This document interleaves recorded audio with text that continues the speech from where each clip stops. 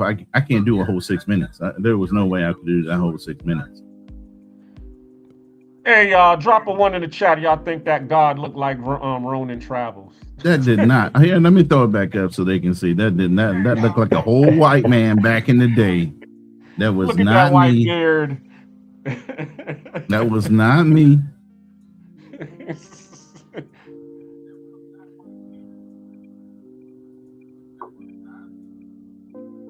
that it right there? Yeah, I just pulled up the next. Not that one. It's the other one. I'm gonna take this one down. That one. That does not look like me.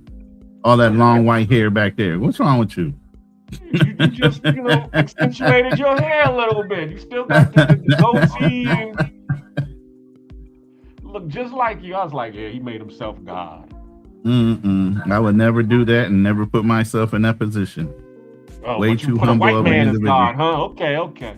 Hey, that's in the 1930s. That was their perception, right? I didn't want to come out of character. Your voice, that voiceover though, man, it made me think of the old 1930s radio announcer type of guy on a microphone, on a radio. So that's why I went there with the cartoon instead of doing something like more realistic. Did they see? I mean, I don't know if everybody saw your intro because I know you had it in your intro.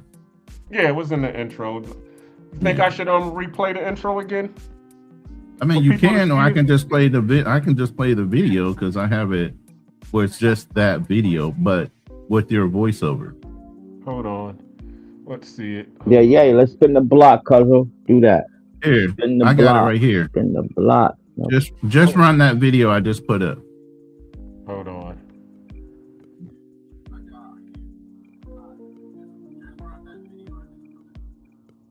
Cancel. And you can take me off the Summer Jam. God damn, this is not my show, man. Get me off the center. I don't want to be on the Jumbotron, man. It's an old school black joke.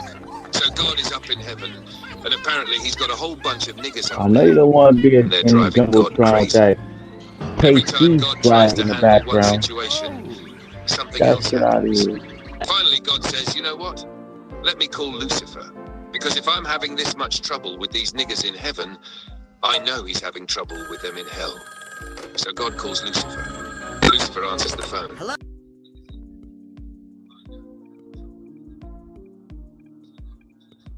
God says, Lucifer, man, I've got to talk to you. I've got all these niggas up here in heaven. And Lucifer says, hold on, God. Puts the phone down. God waits. Lucifer finally comes back. God says, like I was saying, I've got all these niggas up here and I don't know what to do with. God, hold on again. Now God is sitting there thinking, what the hell is going on in hell? Lucifer comes back again. God tries one more time. Lucifer, I'm trying to tell you about the problem I'm having with these niggas in heaven. You're Ronin, don't they look Lucifer says, they both sitting by the phone the same way. I gotta call you back. God says, why? Lucifer says, because these niggas down here done put my fire out.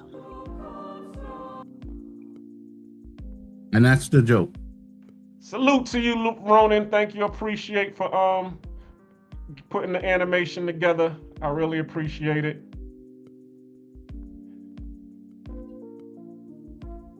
I definitely, put a little spice to the intro today. And, today's topic, which is FBA's ready for the world, or are they tired of us? Is there some travel fatigue going on with the FBAs in the travel space? I don't know. Listen, I don't know about all this travel fatigue or, the media is what dictates what's in the news. We're newsworthy. If you're on black fatigue, I think you're on black fatigue because you're envious of the fact that all they want to do is talk about us. But unfortunately, they're not talking about the positive things about us. They're only bringing up the negative.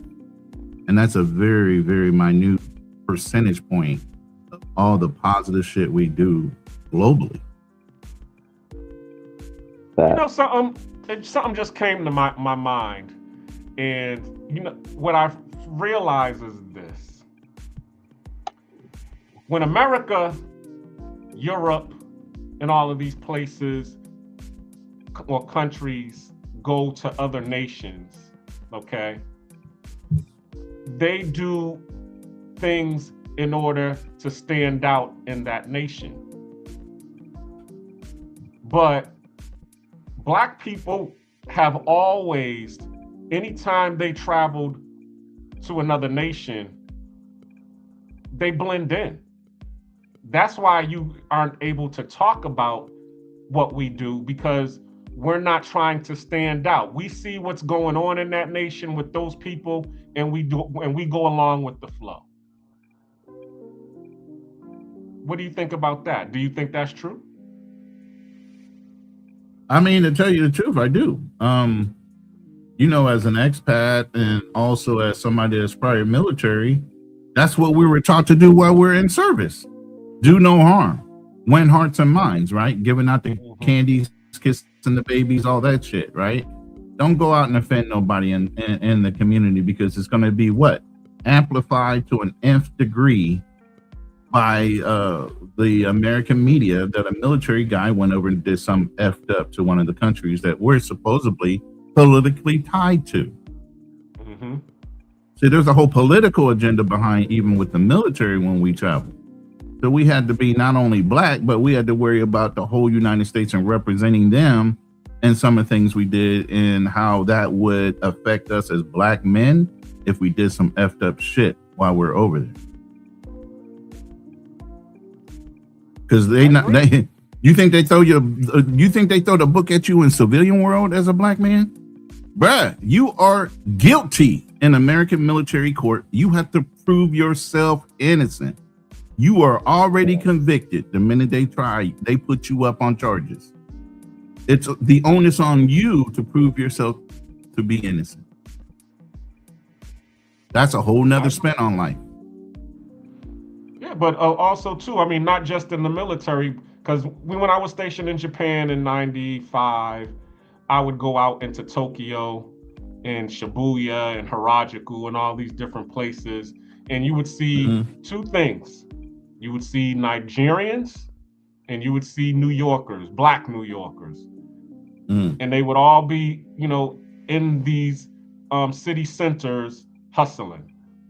But the only way, I mean, but you wouldn't see them on the news, or you wouldn't see them, you know, standing out. They were back in the cut, blending in, just, you know, selling their wares, doing what they do. And nobody would know that these people were over there unless they actually was boots on the ground. Same thing with what's going on here in Latin America. There's plenty of people over here that are retired expats, but you wouldn't know that until it's boots on the ground, because what we do, we're not trying to be noticed. We're just trying to live our lives free and without stress and without hassle. And all we do is we just go along with what the culture is doing. So because we're going along with the culture, we don't get noticed. As they say, it's the nail that sticks out that gets hammered. Right. And for a lot of years, we were taught not to stick out because you didn't want that kind of attention. Now it's kind of like you're rebelling against the old school ways that even our grandparents and great grandparents were taught not to stick out. Brothers are sticking out like nobody's business and getting all kind of the negative type of attention. I agree. By the way, you do have the FBA shirt up. We are not center stage. We are not up on the screen. You have the FBA t-shirt up there. No offense, but I'm just saying. Good. Right, that's our family bloodline up there. For now, Bray Anderson. Let's go. Yeah, and I just had to, I'm glad that y'all was able to see that as well, you know, because if y'all didn't see it earlier, because, you know, we had a big beef prior on, what was it, Friday, and they were on,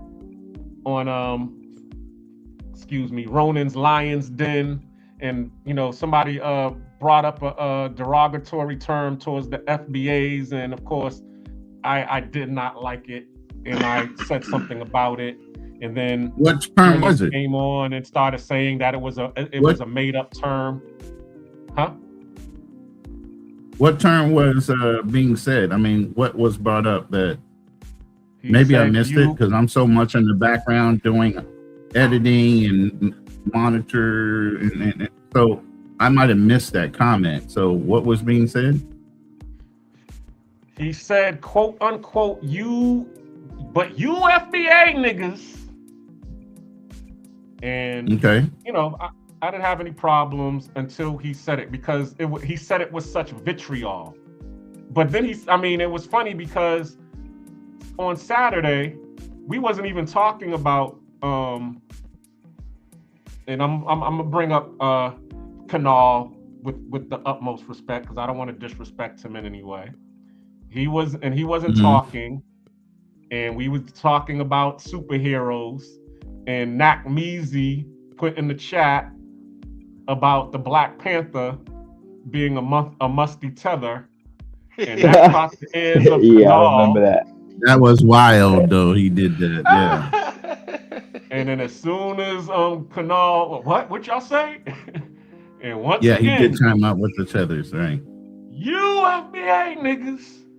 And we're like, okay, dude, this the second. I was like, I wasn't even on the panel at that, but I was like, yo, this is the second time that you had to say you FBA niggas. So of course, you know, we proceeded to roast them. I wish, Charlie, you could bring up that, share that on your YouTube. That I definitely would love to see. You talking about that particular part? Yeah. It was like a 6-hour live, bro. You would have had to give me head. Yeah, that was a long ass roast. Yeah, it was that 4 hour. I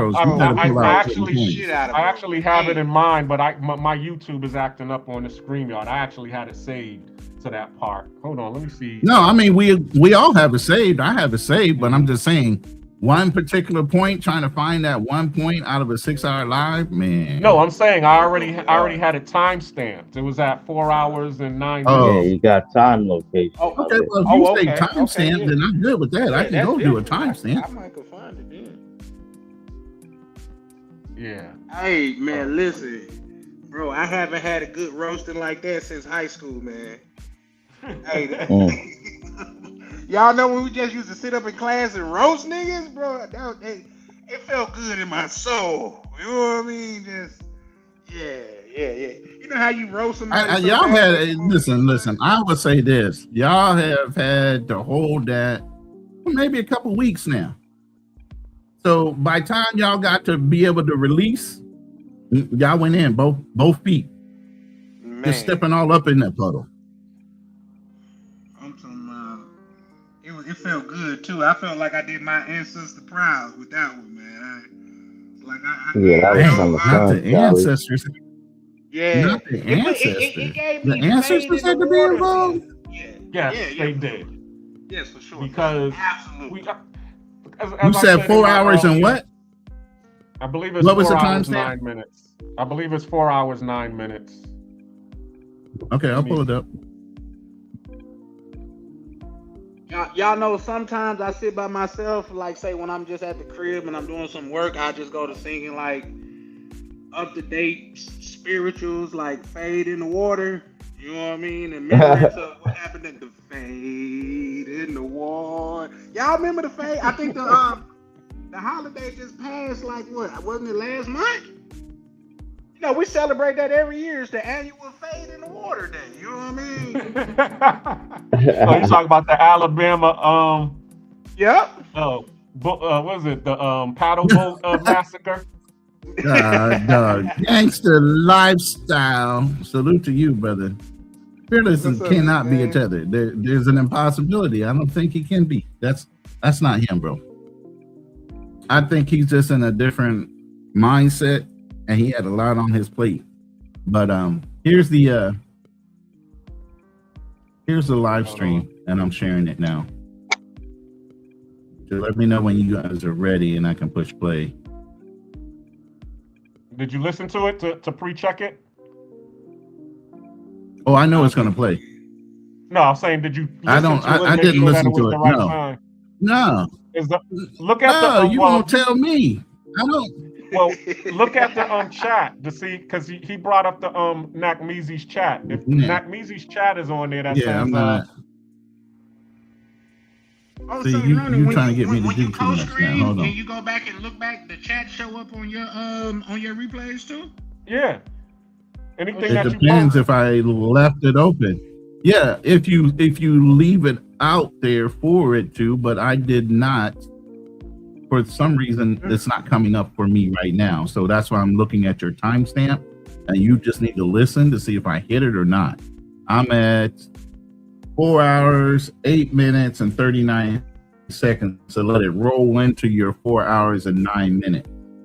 And then you can let it run as far as you need to. You ready? Okay, go ahead. Yep. See, I had the whole setup. Okay, hold on. See, now it pops up.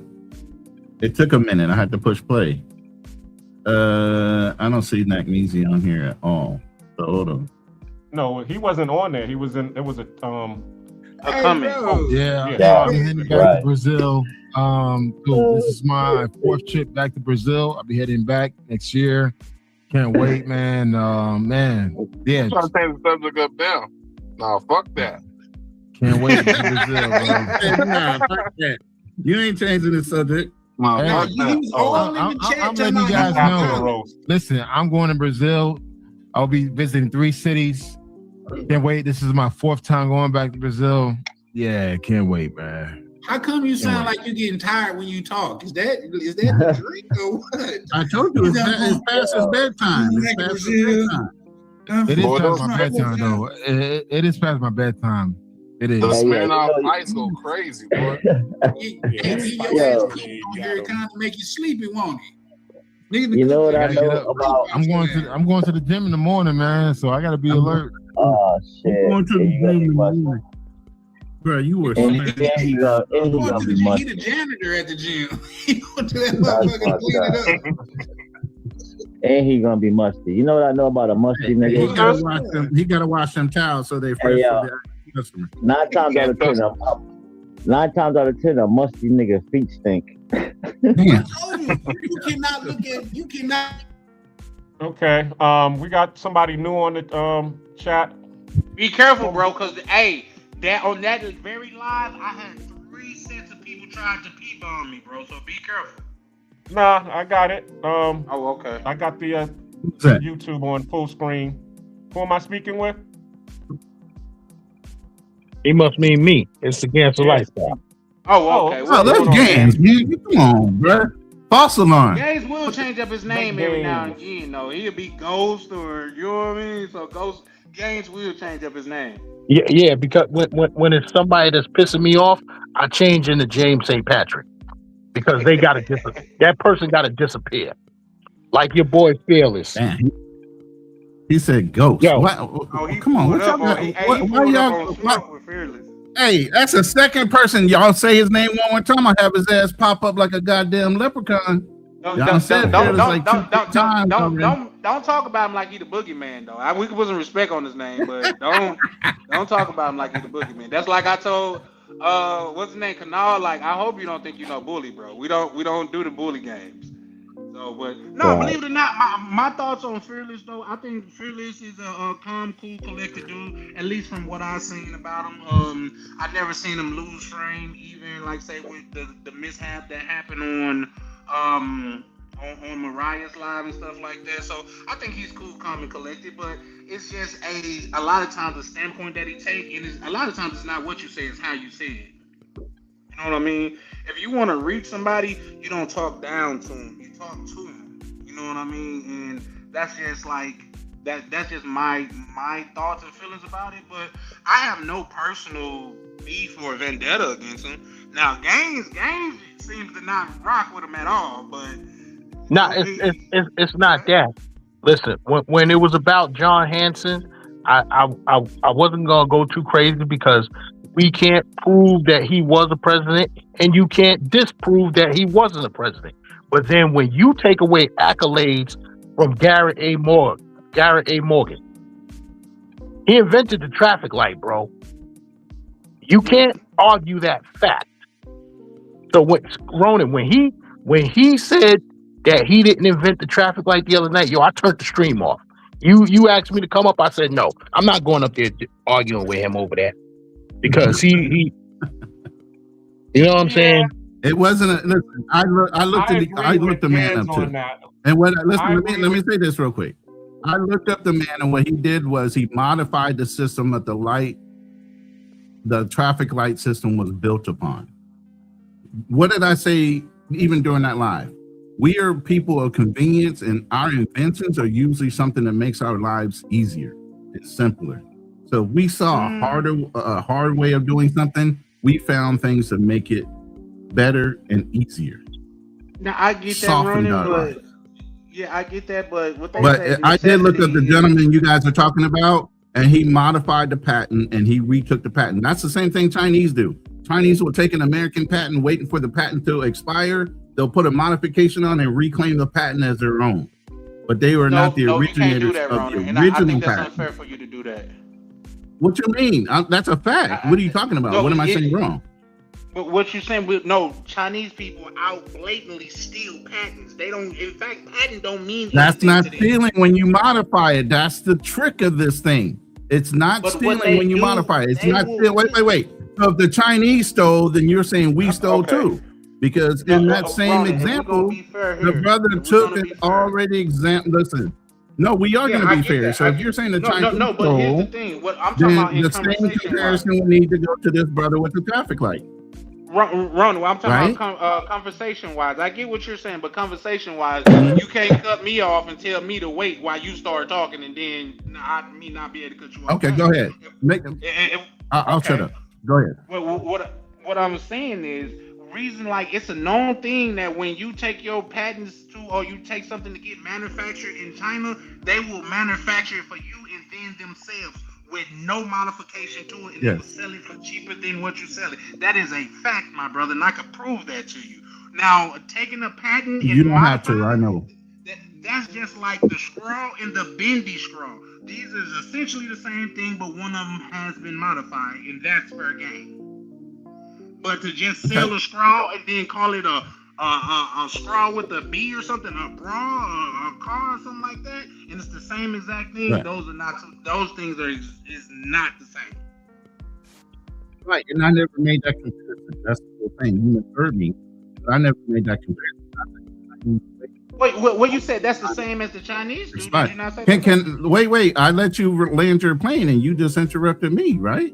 My apologies. Go ahead. Okay, so what I'm saying is, and the way I said it, if you roll it back even, I said the Chinese will wait until a patent expires, do a modification on it, and resubmit to the patent office. That's what I said, and I used it as an example specifically. But I do agree with you. The Chinese absolutely will reproduce something they bring to a manufacturing plant in China multiple different times with different branding on it, even though it's the same fucking product. I agree with you there. But the example you used, and I flipped that back on the whole panel when it came to our black inventor with the traffic light. He took what was already invented, modified it, made it better to work within the system with the switcher and everything else, but it was still an already invented item that he improved upon.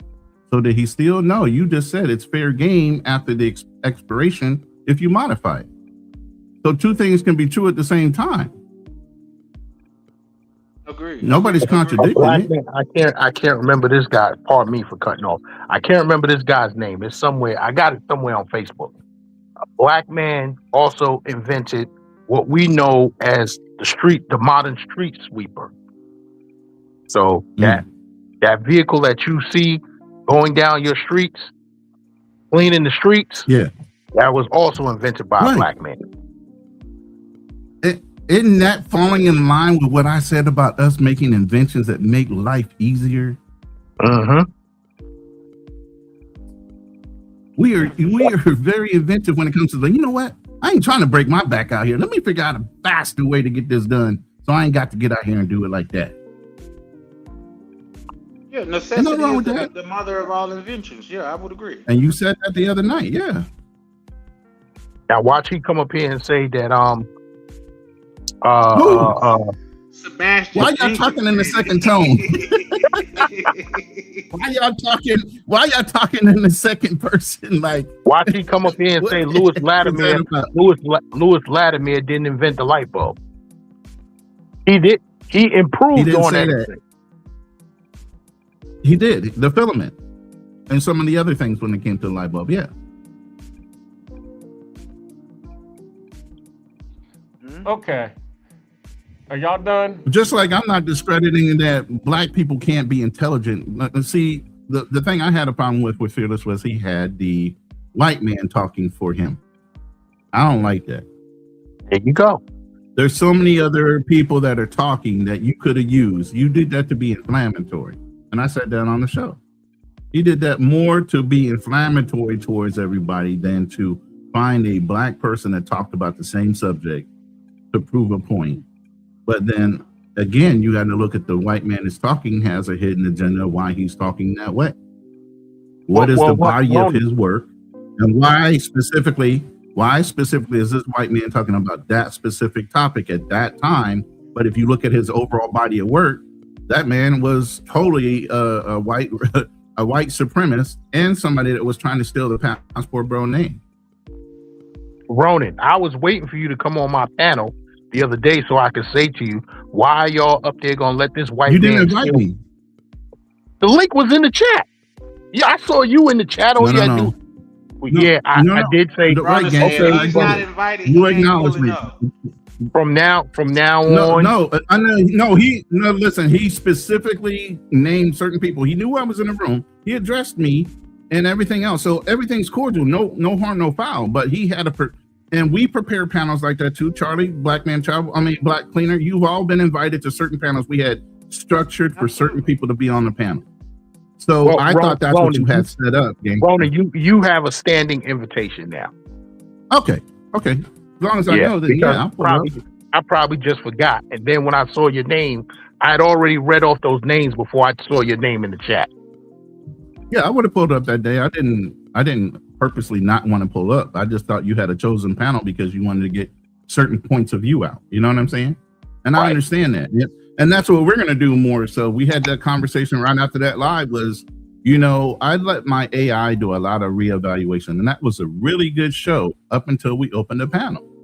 And it destroys the credibility of the show sometimes when you open up the panel for open discussion, because sometimes it veers off the overall point of the show. So what we're going to do is after our show, I'm going to cut it, and then I'm going to do an after hours debrief on my show just by itself, separate of whatever show we're doing, Lions Den, Hit and Run, whatever. Mm-hmm. And I'll just do an after hours debrief. That way it doesn't detract from the meaningfulness and the lessons or mentoring out of that show. But then my part of doing this, and even Fearless just asked me, well, why do you need to do a panel? My biggest thing about doing panels is mentorship. How much of the information did you assimilate, and what do you have questions about that I can help you with to push you down the road of self-discovery?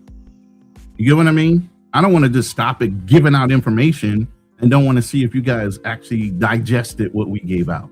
That's a waste of time. So that's why I do the after hours, and that's why I do panels.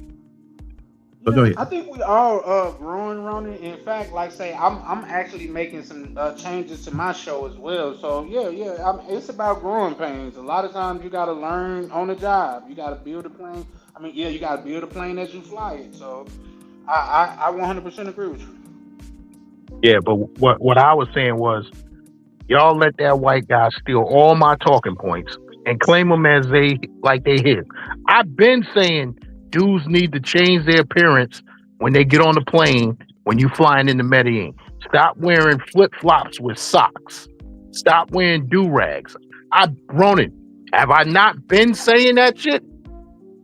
Yes, you have. Everybody that's an OG that's in the travel space has said there's a purpose and a process on traveling and a way you need to be perceived.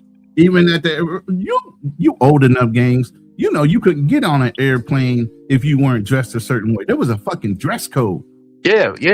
I talked about that the other night. Back in the days, our parents were dressed to impress when they got on a plane. Right now, you got chicks going there in pajamas and bonnets. Get the fuck out of here with that shit. I got a picture of me and my mother outside of Tampa Airport. This had to be in the 70s. She's dressed up and I'm dressed up. I gotta give y'all a little bit respectful pushback, man. And I get it. A lot of you guys grew up with it, man. But for some of us Greyhound babies, man, we just got in where we fit in, man. That's all I'm saying. You know but I get it. But I get it. And here's the pushback, even on that pushback.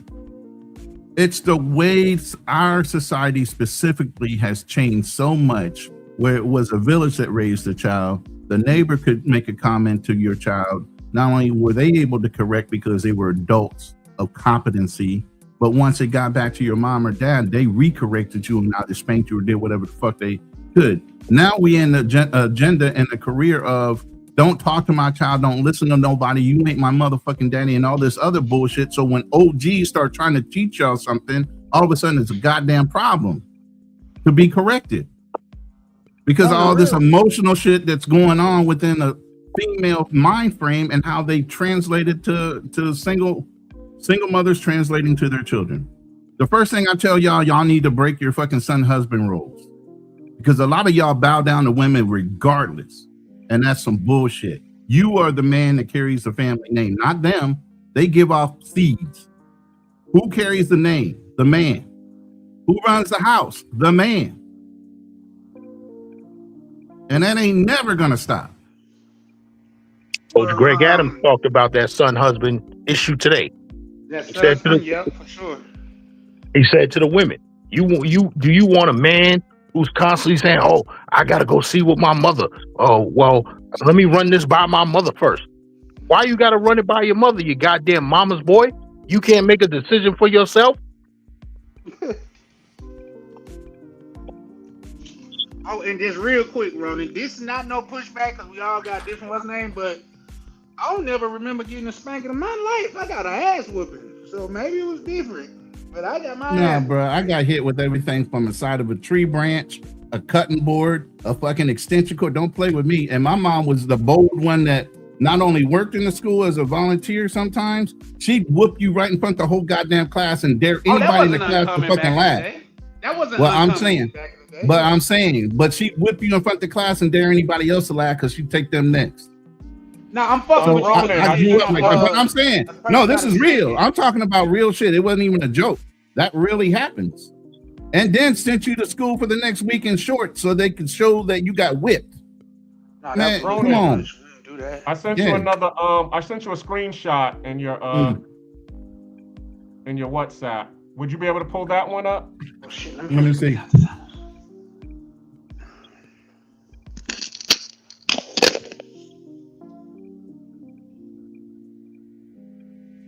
But yeah, I definitely agree with Gaines because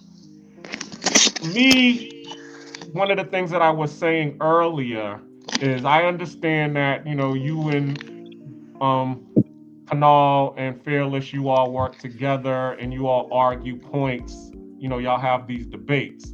But I'm just trying to figure out, is you all debating or does he have an appetite? Because I'm noticing a pattern that he's always arguing against the plight of the Black struggle. Like, you know, what made him come on the live to refute the John Hanson argument, and, you know, what is making him, you know, go on the live and want to say Dr. Sebi is a fraud? Well, you know, being a Black American. He's a Greek. He's a Greek. Hold on.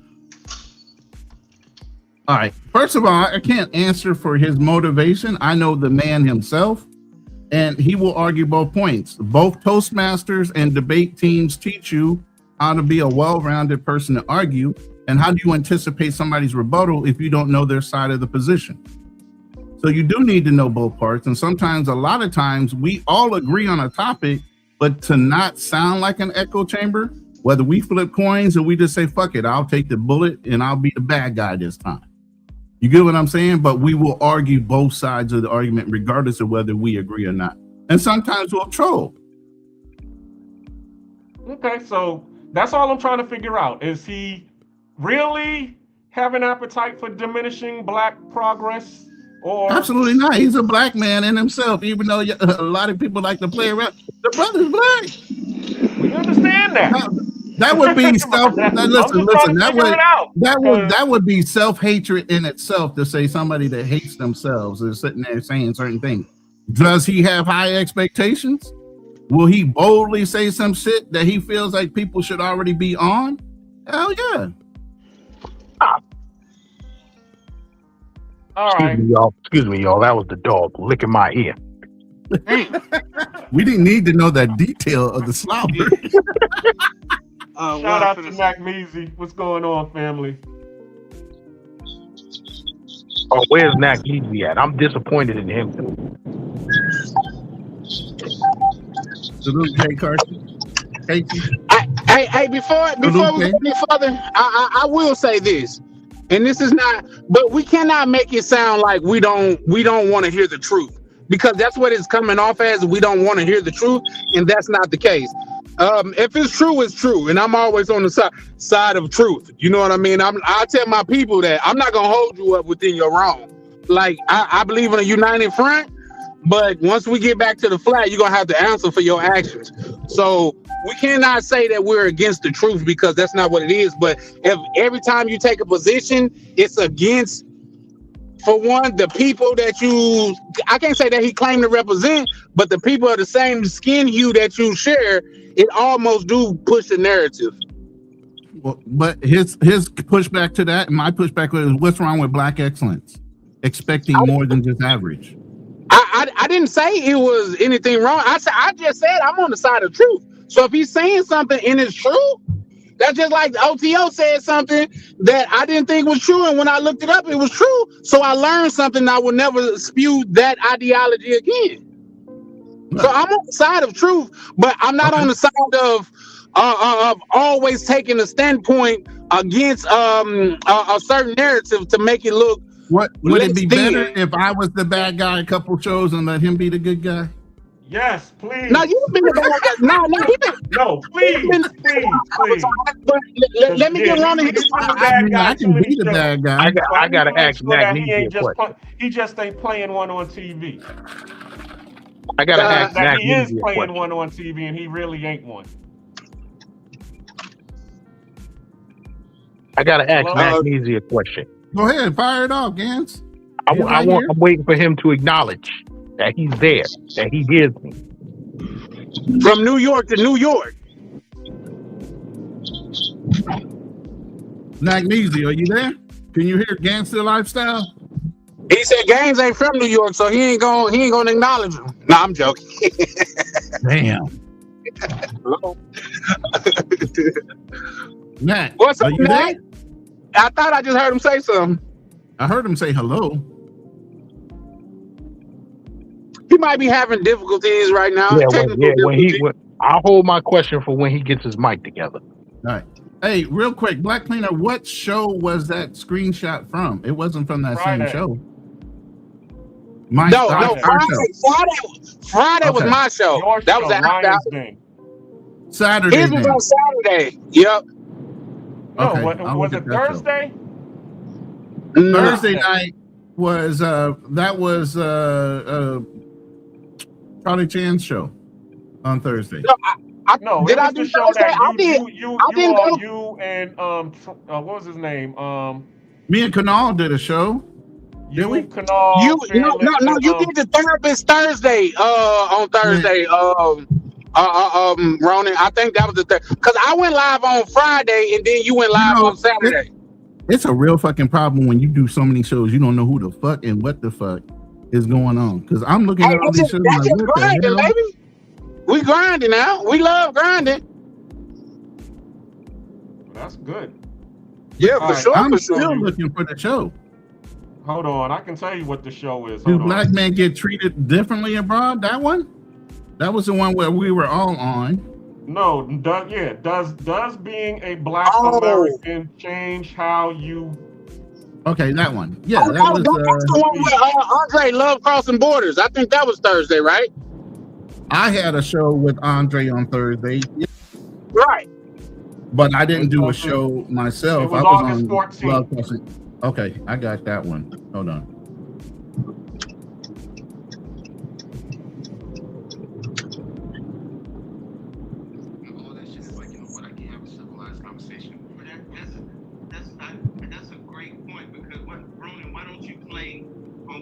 the soul the first 3 minutes. All right, looks. You got your mic together, Mr. Mac? Oh, of course. I think the guys was trying to protect Gans from getting cooked tonight. But we about to get this straight. Shout out to you, Nat.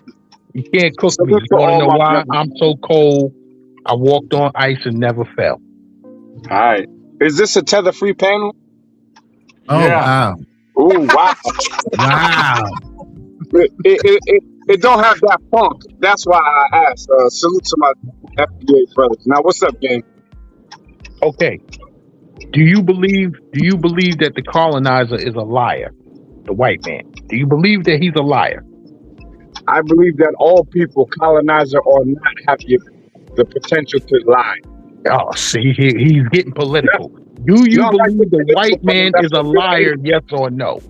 And black men is liars too. All people can we can't do that, Gaines. Come on now. No, yeah. He thought he was debating an amateur. Come on, Gaines. See, this is that. Why you can't? But why? Here we go. All he wants to know is, do you believe that white people stole off he's the devil. By nature, he's the devil, and he's gonna lie. Oh, I might get your stream. Take it down. Well, there's black devils as well, brother. Tethers, FBA. There's that. Man can be devilish and angelic at the same time. Let's continue. You're already losing. Go on. Yeah. Because you don't want to answer the question. No. You're trying You're tap dancing around. No, my 52 blocks is on point. Hey, that's what he's doing. He's doing 52 blocks. Yo, okay, ask the question, brother. You're trying to. It's a loaded question, brother. I have Wicklander, Zulowski, advanced, and also read interrogation techniques. So I see what you're trying. So if you believe that the white man is a liar, why do you believe the lie that he brought us over here on some slave ships? All right, false premises. I don't believe that white people solely are liars. That's number one. Number two, what I do know about the Western European white man that built the foundation for the whole world, i.e. through the Industrial Revolution in the mid- you done pissed my son off. Hold on, brother. In the mid-1800s, the Western European white man, i.e. from England and other Western European countries in close proximity, started the Industrial Revolution, okay? These white people kept meticulous records. They knew what they were doing. They knew who they bought, why they bought them, and where they placed them to build their empires, a.k.a. their colonies. So what's your... Hey, Nak, you might get cooked tonight. My son is in on this conversation now. He hears everything you say. All right. Shout out to Big Gans' son. His grandpa talking right now. Shout out to Lil Gans. Let me ask you a question. Who built the pyramids then? If white people invented, they invented all the infrastructure, the Industrial Revolution. Yes. What about the infrastructure of the pyramids?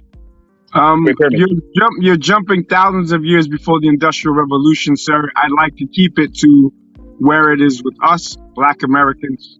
I'm not an Egyptomaniac, sir. Why? If you're a 25th dynasty Egyptomaniac, you're in the wrong place. You will get cooked like your father. No. I'll cook both. You didn't answer the question though. No, because the question is irrelevant. We're talking about Black Americans and the white man. But just to answer your question, biblically, you would say the Egyptians had slaves, and the slaves built those pyramids. Yeah, why would we say biblically? We're talking about real life. We all know that the Bible is an allegorical story. Here we go with this Bible nonsense. I want to keep it to slavery and the white man. And Big Gans, please don't tap your son in to help Papa. You want to smoke, so you're gonna get it. I'm dead. I would rather take this fight. I would love to take this fight. I would love to take this. I feel like I could cook you because. Okay, wait, but hold on, brother. We gotta establish what the conversation was. He can't throw you a pass and then you don't even know what game you're playing. What's the prompt? Excuse me? What is the prompt, sir? Well, you got to do the knowledge before you jump up on here. Do the knowledge. As a matter of fact, put your father on. Go get your father. What was the original question from Gangster Lifestyle, though? Exactly. The original question. This is a family feud. I'm cooking father and son. Roland, he threw up 52 blocks. He threw up 52 blocks. The original question was, does he believe that the white man is a liar? And my answer was, all people have the potential to lie. You're not answering the question. I tell you, he throwing up 52 You're not answering blocks. the question. No. The white man as well as other people, you're trying to pigeonhole me. I'm too smart for that. Is the white man a liar? That's the question. The question is not, do all men lie? Every human has the potential to lie. That's not the question. Because it's a loaded question. I'm smart enough to understand and recognize loaded questions. It is not a loaded question. We can look at the history of what white men have done around the world. It's not a loaded question. Okay, the same thing that white men have done, black men have done, and even worse. Okay, I love this path. I love this path. How many wars have Black Americans started? I don't know what this has to do with slavery. Oh, let's keep it to slavery. Okay, let's get into slavery. Let's get into slavery. What slavery would you like to talk about, sir? Would you like to talk about the Mayafa, or would you like to talk about the Arab slave trade? Well, the one that your father came on here talking about. Go get your father. I don't believe he specified that. I think he said. Well, that's what we're talking about. It's relevant to foundational Black Americans. So, what would you like to talk about? Would you like to talk about the Mayafa? I like to talk about your father. Go get your daddy. Damn. So you're running away from me. Is that what you're saying? No. I'm going to whip your father's ass, and then you're going to run in your room. Listen, if he's the elder and you can't whip me, what makes you think you can whip him? No, but wait. Why would the father tap in his son? The father called for me. Go make us a sandwich. Now, Gans, get on the mic. Damn. I'm right here. All right. And you still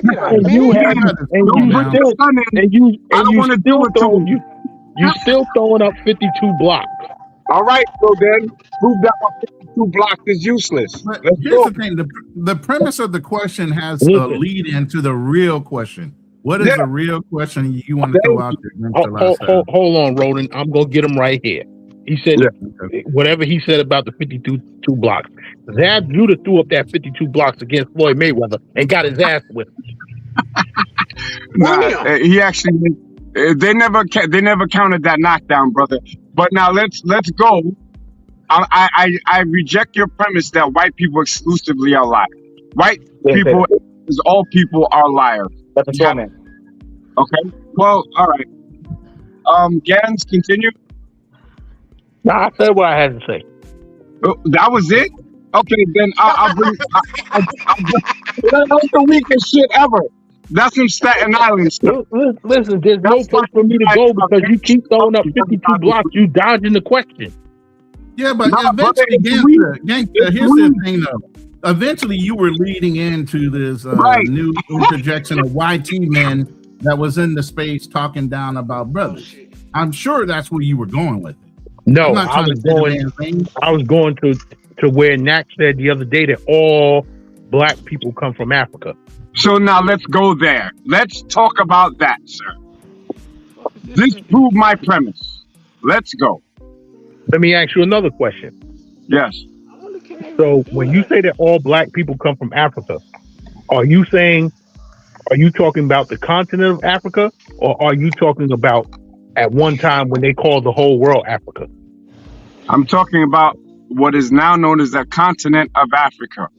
And you're wrong, because all black people do not come from Africa. Well, do black Americans, I said black Americans come from Africa. My conversations are black American based. Your people came from Africa, Gans? No, they did not. Okay, what your last name is Gans, right? Yep. Well, what's the origin of the last name Gans? Spain. So you're Spanish? Yeah. So you're a tether. My answer, no. My answer, I'm not a tether. I'm not a tether because hold on. I'm not a tether because a tether only has one generation in this country? No. Were you enslaved in America? Yes. Yes. Yes. Break that down for us.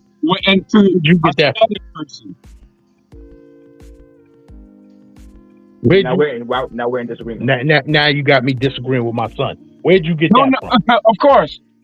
Damn. Right. Your son seems like he has a good head on his shoulder. Shout out to your son. But wait, now check this out, Gans. You said that your last name is Spanish. I want you to bring me from Spain to you being a foundational Black American. Let me do it. Here, go ahead. Please, let me do it. Okay. I'm gonna give you your father, not you. Please, no. I'm more educated on this topic. Stop saving your please. Okay. Let him stand on business.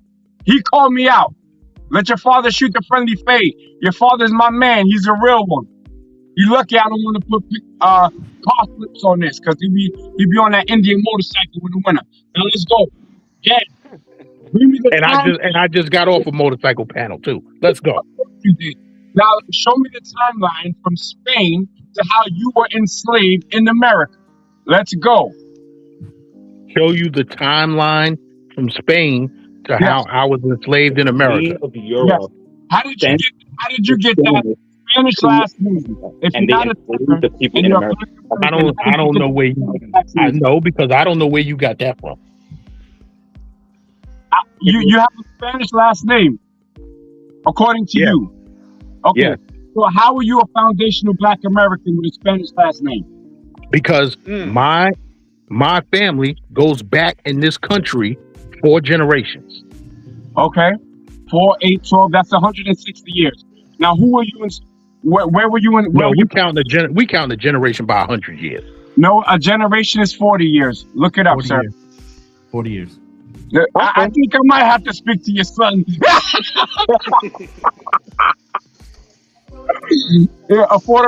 A generation is 40 years, sir. So 160 years ago. Well, listen. My grandfather. Go back further. I need your grandfather. I'm gonna go back further. Hold on.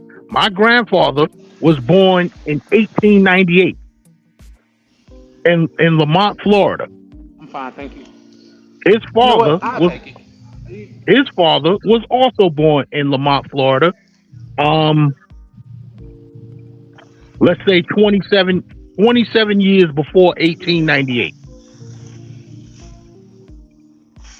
27 years before 1898. My grandfather's grandfather was born in Louisiana. He was born in Louisiana. So how far back are we going if my grandfather was born in 1898?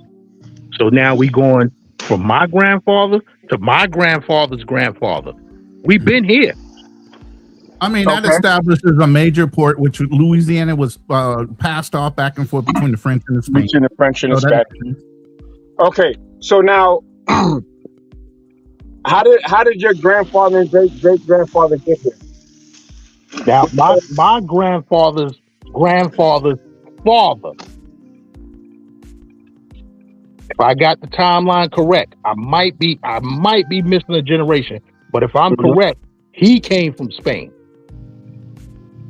His name was Luis Gans. He came from Spain to Louisiana, and he married a Native American woman.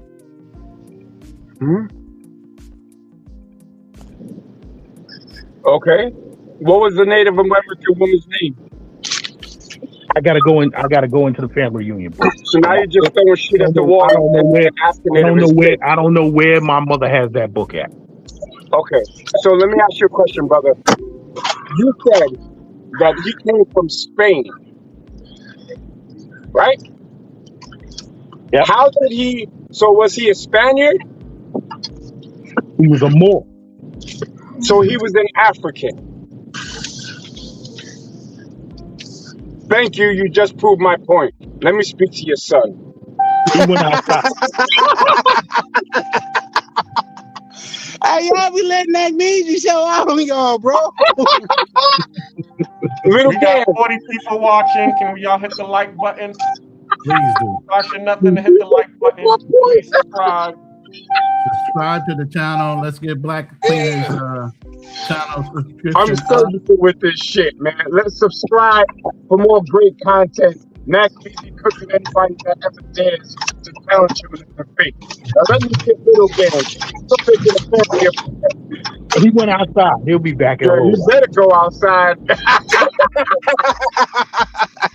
God damn.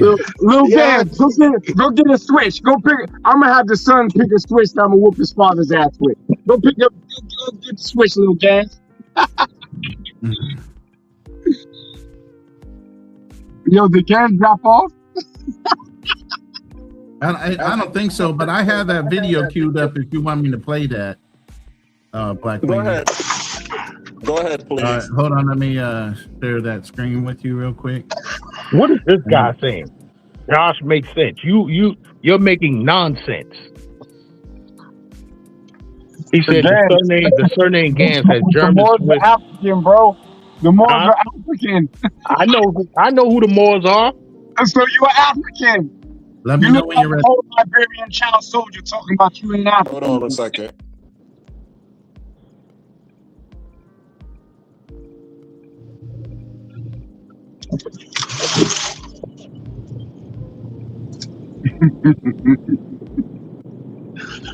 Oh my God. Yo, you coming to I'm do on it, my man? phone. I don't want to disclose that on the internet. I got you. When's the box? So yo, how come you don't speak Spanish if you from Spanish blood? How you lose your Spanish culture? Damn. I'm trying to learn. You trying to learn? Okay. Yeah. I've been trying to learn for 15 years.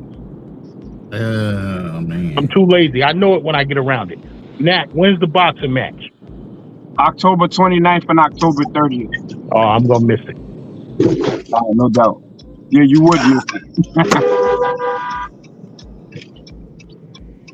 Where little Gans at? Where little Gans at? He went outside. I'm feeling froggy. He went outside. So can you admit that I just cooked you, brother?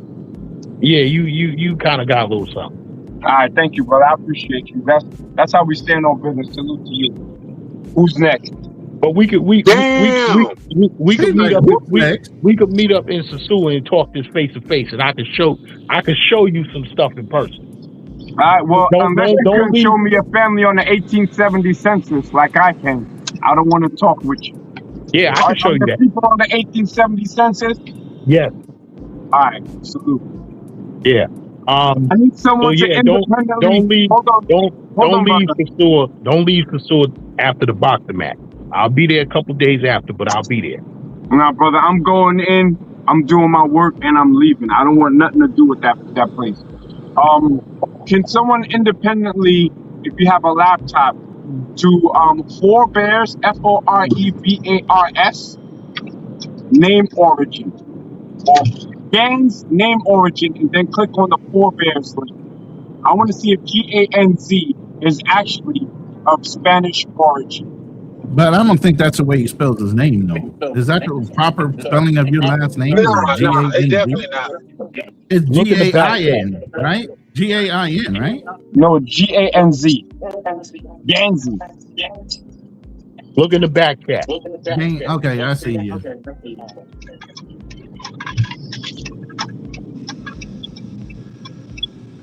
What the hell?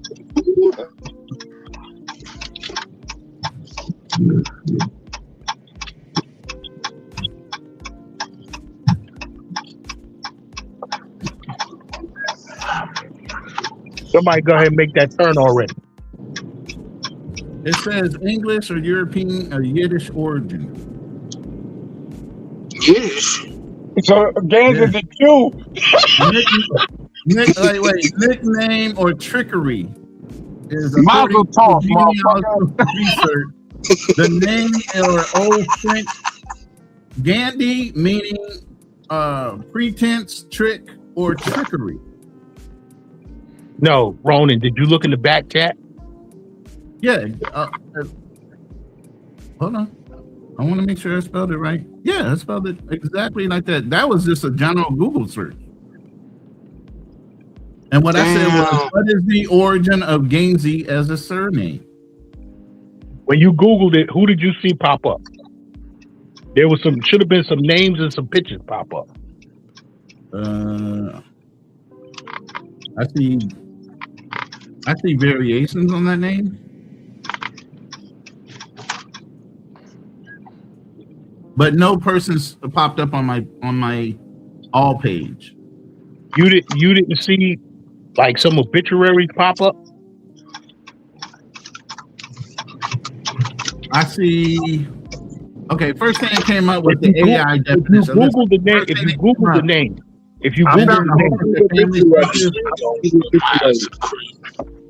I found the obituary. It says, "Rest in peace, Gaines. Knock me to kill you tonight on the live." Damn. That's crazy. Y'all too much. Hey, Nack, we got to cut out this New York on New York crime, brother. You from Staten Island, bro. This is yeah, hey, Nack Neezy relentless tonight. I ain't gonna lie to you, bro. Relentless. But guess where I was at Saturday? I was in your hood, Nack. Well, no, you ain't from the side. You from Flatbush. I'm the whole Brooklyn is my home. Yo, okay, he got. I was on Fulton and St. James. Who lived on that block? My African brother. Who lived on that block? All right, whenever you're ready, Ronan, you can play it. All right, hold on. Let me close this other random. Let me make sure I still got that set up for share. Is it on the screen now? Can you see it? Yeah, I can see it. All right. Listen, a very, very small percentage that consider themselves as Taínos. I see people, oh, I'm Taíno. Motherfucker, you look nothing like a Taíno. But they want to claim it. So it really depends on how you see it. But to me, they're mixed race people. I'm not going to argue with a Dominican because that's a waste of a brain cell.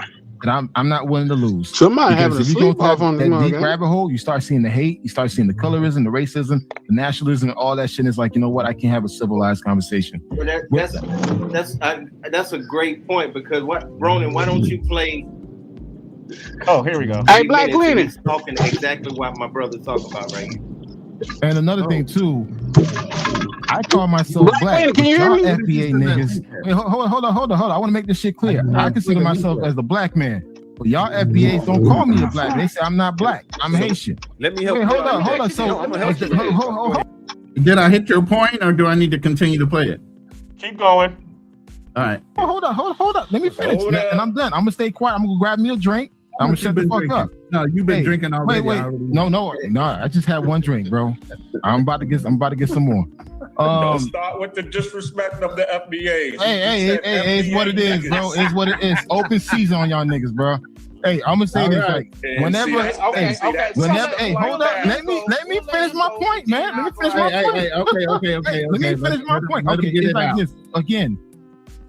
I'm a black man first, then anything. I'm black, then I'm Haitian. Because when I walk around, what you see first is a black man. Until I open my mouth and let me finish my point. Let me finish my point. Let me finish my point. No, hold up. Let me finish my points. Black Cleaner. Hold on. I'm not going to respond to him. Black Cleaner. Then I'll respect you once you put respect on the name. You said FBA niggas. FBA is a made-up term, man. Hey, first of all, don't be too sick. Like, all right, see, I'm trying to be nice here, but if you want to raise your tone, we can do that because listen, I got that fucking energy, bro. I got that energy, man. So let me tell you this. Let me say this. As I said before, I would consider myself as a black man. Maybe not a black man based on FBA fucking standards.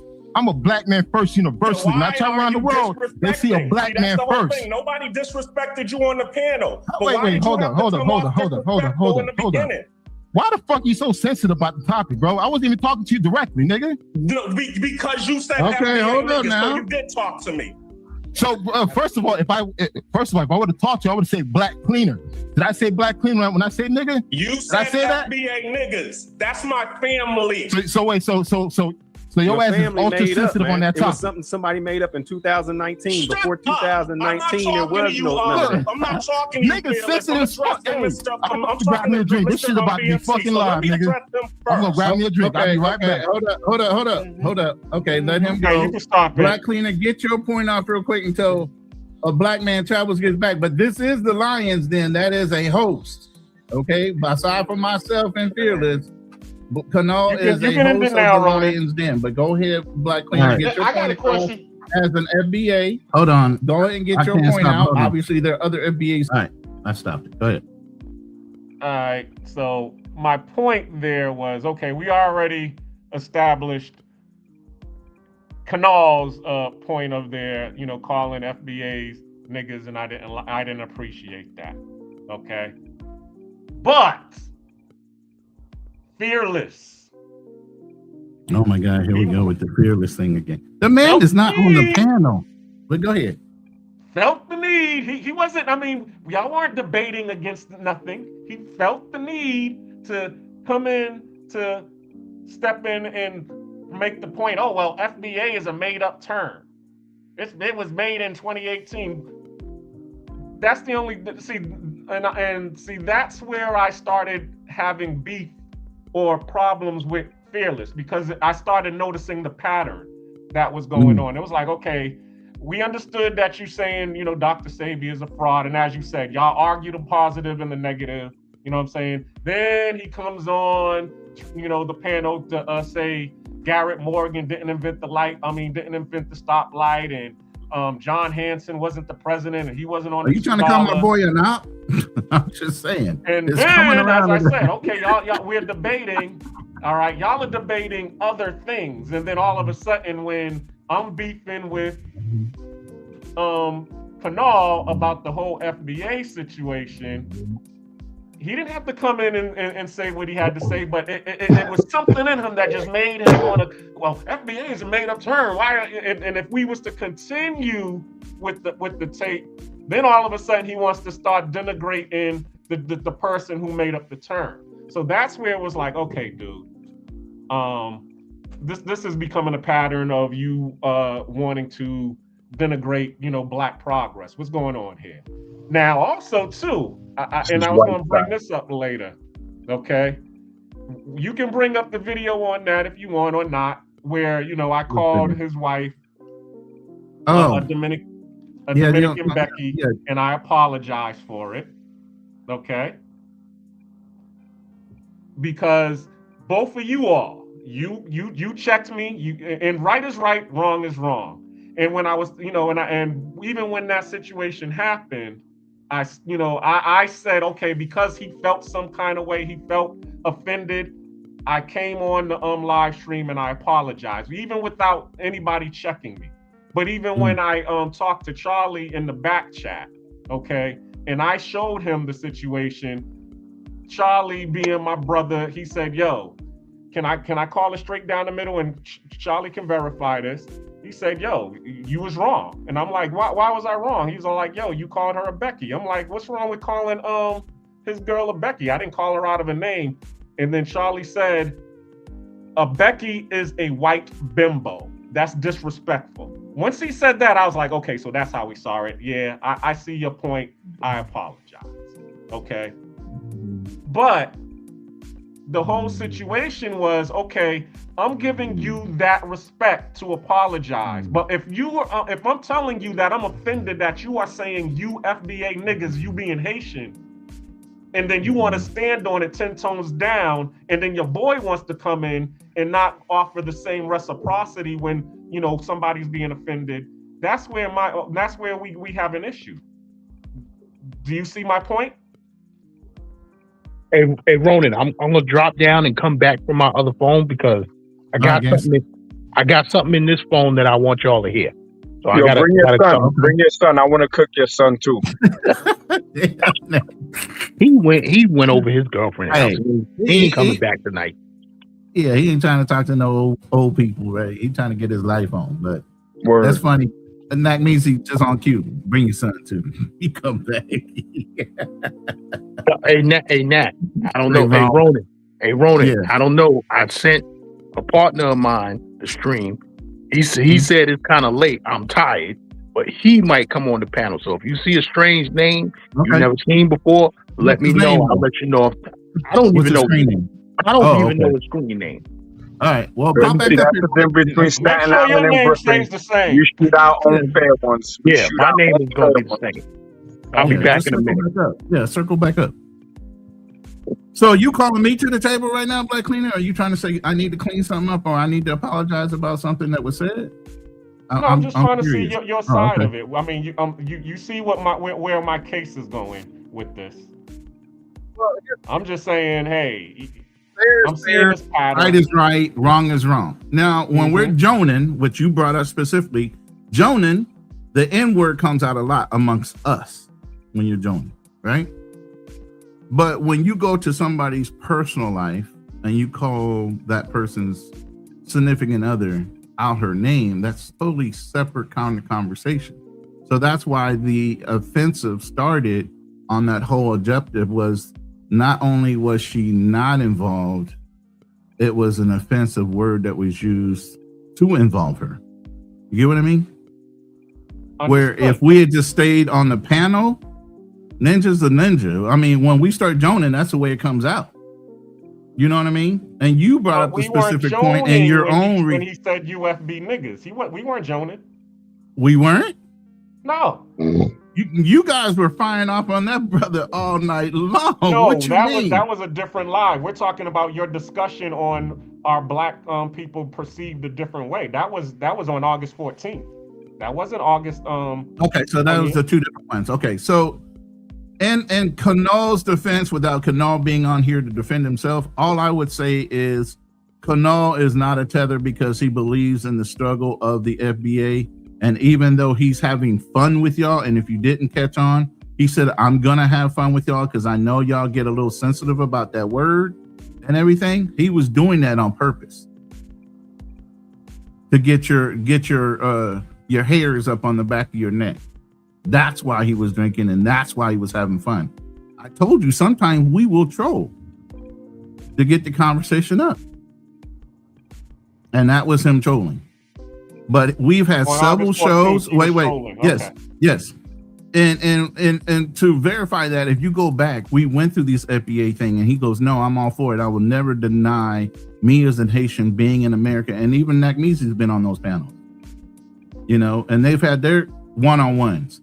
You know, he's admitted to the fact that Haitians wouldn't be anywhere without what we contributed to his ability to get where he is.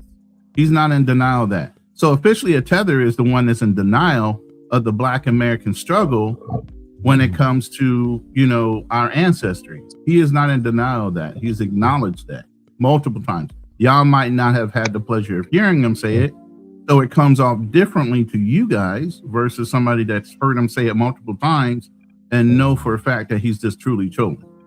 You know what I mean? Because believe me, I believe you. I want to play something for Nak. Hold on, let me ask Nak this question. Yes, sir. So you heard what he said. You heard him say UFBA niggas, right? And yes. I know that you personally a lot of times do not give people a pass that are not a part of the FBA using the term nigga. If they Dominican or anything else, you be like, yo, I don't want to hear you saying that term. So do you give Kanal a pass for saying UFBA niggas? All right, hold on 1 second. Turn this damn AC off. All right, in the context of the roast. No, it wasn't a roast.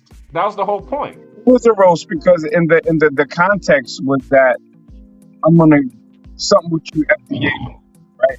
It wasn't a malicious nigga.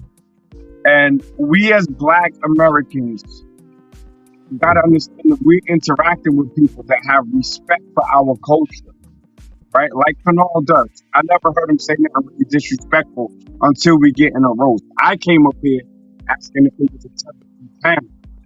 I still got love for my brother Kanal because he got love for us. And understanding that he has genuine love and he understands that our people kick the door in for his people to come here, and he will give us props. I still call him a tether, but he don't. You know what I'm saying? He ain't really a tether. So I see what you're saying. I have more issue with an African saying, because Canal's people are also children of the slave trade. So they are essentially the blacks. Are you not African? Excuse me, my bad, Nat. One singular African ethnic group, which is why they also fall under the umbrella term of black. So you can't call a black man from the Caribbean and say he's not black.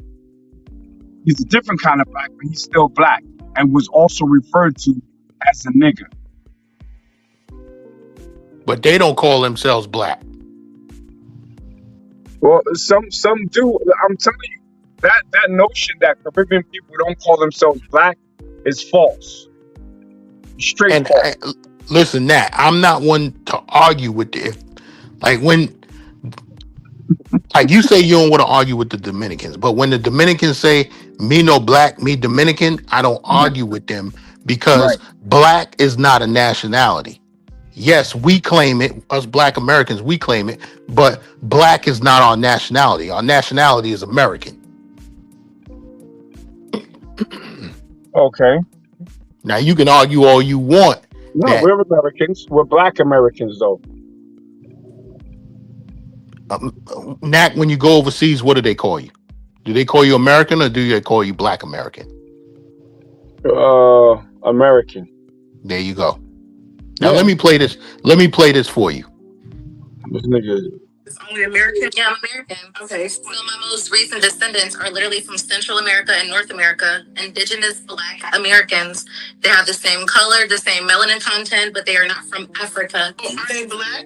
They're black, but they're not African. The white people have classified us all as coming from Africa because we're all black. And that's where the whole, falsified information has come, where we all come from the Atlantic slave trade and all the black people were just shipped here to this country and all over. That's not true. We were already here. But if what you're saying is true, then you are more Hispanic or Asian than you are black, because before the transatlantic slave trade, there was what they call Paleo-Indian, which those individuals...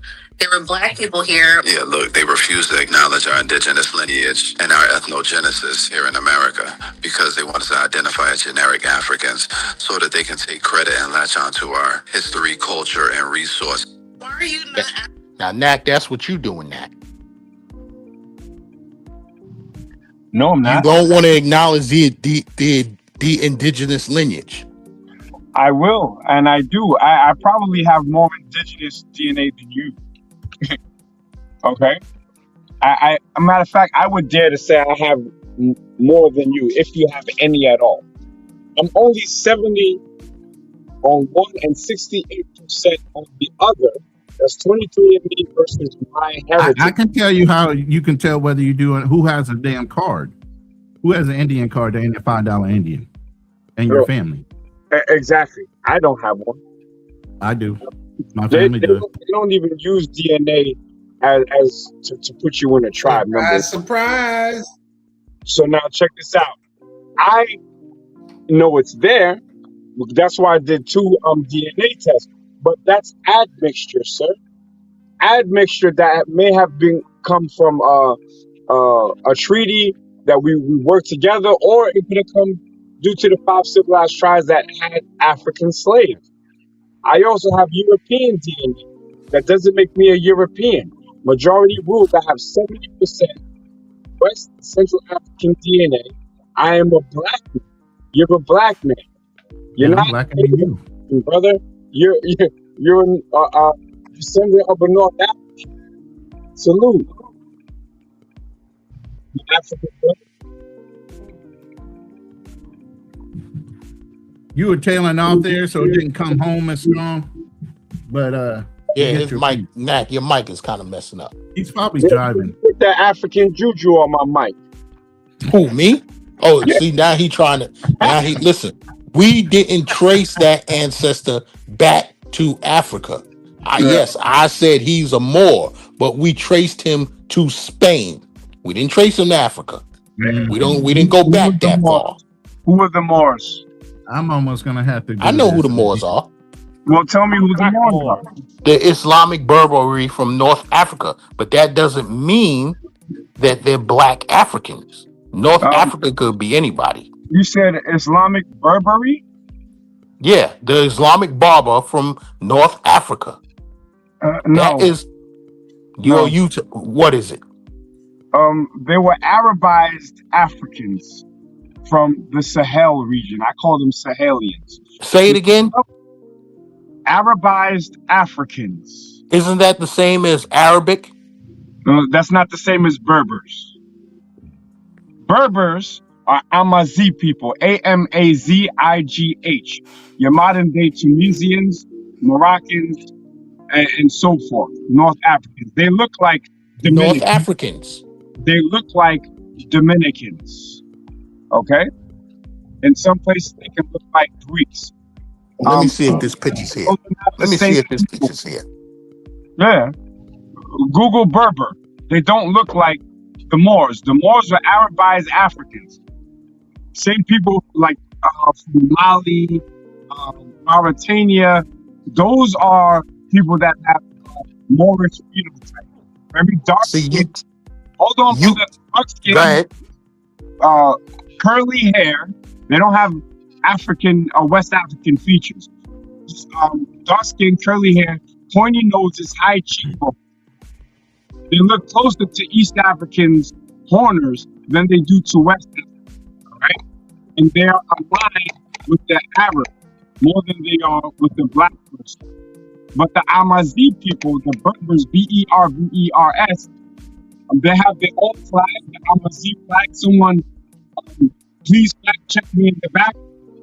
Amazigh, Amazigh. These are the same people as the Moors. Please don't get cooked again. I work with Amazigh.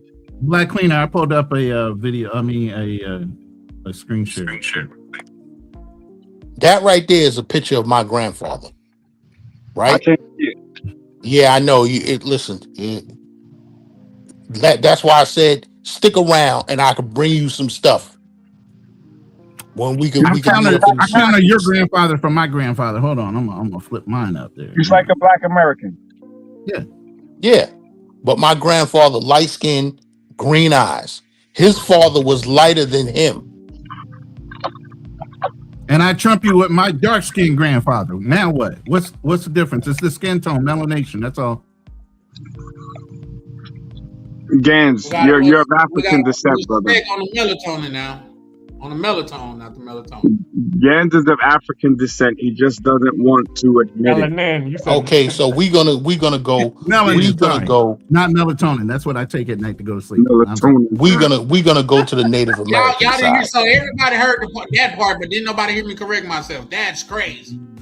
No, you said put some respect on the melatonin, then you said melatonin, not the melatonin. Then I came back and said melanin. Melanin, right? Come on now. But this is my history. This is where my ancestry comes from. If I correct myself, so nobody's in denial as an FBA that we don't have phenotypes from all these different nations over here in Africa. The difference is the admixtures that go into what makes us by the time we get to America, or as we've been here, and how long we've been here. Damn, is that Cool Keem over there just knocking it out? He over there sawing all kind of logs. Oh man, Keem, he over there. He done watched the boxing match and then fell out. What's Keem doing now? Keem be wilding, son. He over there snoring, bro. He's just knocking it out the park. Hey, that's what I was trying to tell you before my phone died, man. I was like, give that man some his respect, man, and mute him, bro. Don't just have him on the live snoring like that, embarrass bro. him like that. You got that stepdaddy snore too. Like, I've been at work all day. Leave me alone. Go somewhere and play somewhere else outside so I can get some rest. Getting all you kids running around the house making all that noise. I can't sleep like that. Damn, is Gans? Are you saying that you're a Spaniard, Gans? Yep. I feel like. Okay. You're not. No, you're not. I'm not, but my great ancestor was. You're according to your name origin, you're a Jew. It says German Jew. It says German, Jewish, and Yiddish. It's Yiddish. That's a lie. And Yiddish. I'm just trying to tell you. That's a lie. That's the first thing that comes up in Google. No wonder he could be traveling in them budget ass hotels. That's his Jewish side coming out. Because. Oh, wow. Woke up because I muted him. He refused to be muted. He's gonna snore in peace while he's on the mic. Damn it! Hey, Ronan. He unmuted himself. Yes, sir. You have Italians with the same last name. I know them. I work with them. It just means that somebody in your family was owned by an Italian. No. Or somebody in your family was in the world. Wait. Or one of your family members was in the American military during World War II, went over to Italy and dotted a couple fucking Italian Nope. Left a couple babies over there. Pull up maybe the 1870 census and find your family on it. I dare you. He said, "I dare you." I dare you. I'll tell you, my great grandfather is on it. And he was 6 years old at the time. And the head of the household was a white man. So I can find my family on it. I want you to find yours on it. Which one should I look at? Your genealogically bank. We use genome. But there's a genome. That one is more. That one's more specific. That one's the genome one. If you uploaded your DNA chain to the genome, that one ties into all the different family names and surnames for sure. Because one of my family names are Trahan, the other is Dorsey and White. See, so Nagneezy, I know we were in the census because me and my cousin was just talking about this 2 weeks ago. No, but there was mine in my phone now. I can't remember. See, if you have not seen it yourself, if you have not looked up the slave schedule for the county that your people appear on the 1870 census, and you can't trace it back, then you're not a verified FBA. You're not verified, bro. Your people got to be on the 1870 census, my brother. And that's nationwide, right?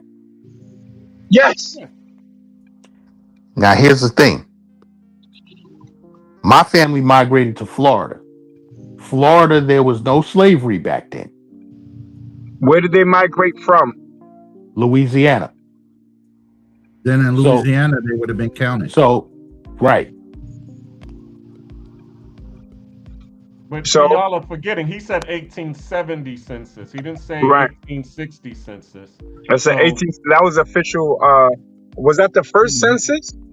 No, that was the first one. That was the first one that recorded black people as actual humans instead of switching them off of the manifest of ownership and stock. So you went from a manifest to actually being on a census as property. You get what I'm saying? Yeah, he took off from you and then went right back to sleep. That's crazy. Yiddish games. Damn, Gans, I didn't want to do you like this, brother, but you called me out, man. Gans his Twitter fingers is going crazy right now. He's trying to find his people in Morocco. Now they gonna want me to pay some money. Google's trying to stop you from being great, Gans. And I kicked your teeth. They gonna want me to pay some money. I already know. This is genealogical bank. Yeah, all right. Gans, I kicked over your teepee and took your bearskin rug, bro. Just share your screen like you did, like I did mine in my Ancestry. Just share your screen and he'll pull it up on your Ancestry or whatever. Or FamilySearch.org is free, so you can still look for your family name and get the census on that as well. That's how I found mine, bro. FamilySearch.org. I went for my father. I found my father military service in the Korean War and just went back. and it will link everybody that lived in the same house even, and it'll link them to public records like the census. The only time it gets difficult, listen, the only time it gets difficult is when you go back further than that first census. Then it becomes off of the census onto somebody's manifest of ownership. And then you're only counted as black male or mulatto 1 or female 1. And then you got to figure out the ages from the first census and go backwards onto ownership paper or ownership manifest. I ain't buying that because I already know my cousin did all of that research, so I'm just gonna get it from her. Yeah, I mean, we got someone in your family that did it. Everybody's got a family like a genealogist, somebody that keeps the story straight, and for family, family reunions and everything like that. So yeah, we have. Don't save them. Don't save them. No. I have a family member that lives in Virginia and goes to the Hall of Records all the time. She's right there. Don't save them. I'm getting static. I'm gonna drop down and come back. All right, just come back. Don't hide. I'm coming back. Don't save him, y'all. He a tether until he can prove otherwise. He a tether. Oh damn! No, you didn't say that word. Matter of fact, Canal is an honorary FBA, and Big Gans is a tether until further notice. Oh wow! Big Gans is a black supporter. You can't say if you don't support the black agenda, then you a tether. But if you do, then you can't be a tether. Well, he's a Yiddish. He's a Yiddish. He doesn't have a homeland right now until he can verify. You don't have a homeland. He's Yiddish. He thought he was Spanish. He thought he was Dominican. Me no Yiddish, me Spanish. Yeah, man. All right, Black Cleaner, this is your show, man. Where we going with Black Cleaner, what up? Man? Come on, clean this up. Circle us back around. We're supposed to be on the FBA agenda versus the world. What's up? Word. What are we doing? You're muted, by the way. Speaking of that, I was just wanted to say, Black Cleaner, you over there looking like I used to live downtown, 138th Street. Yeah, I'm still getting I don't understand. I don't understand what it is with iPhone. But that was entertaining with Magnesia and Big Games, though. I think New York and Staten Island took over the screen tonight. Yo, who won? Who won that debate? I think you kind of roasted them a little bit. Shout out the games. The debate's not over yet. Nah, keep it 100, man. Keep it 100. I cooked him. You won the battle. You didn't win the war. You actually called out for ass whooping. That's crazy, bro. You don't know me? I don't understand why I get static with the iPhone. Yeah, all right. StreamYard. Yeah, be active. You're right about that. Birth certificates were not official. That's why the census started coming out, and then birth certificate came out after that. But before that, there were manifests of ownership. You were considered stock. You were kept on the books, but as a number in either just an idea of an identifier, meaning black, mulatto, or child, male or female. The census is what started off being able to identify a black person as either male, female with a real name, and then a descriptor by the person's name. It would either be B for boy, F for female, and then B for black, M for mulatto. That was it for an identifier on the census. White people don't trust black people. Yeah. Y'all hear that? Y'all see that? Yeah, I can hear it. We can hear it. Throwing money in Dominican Republic gone wrong.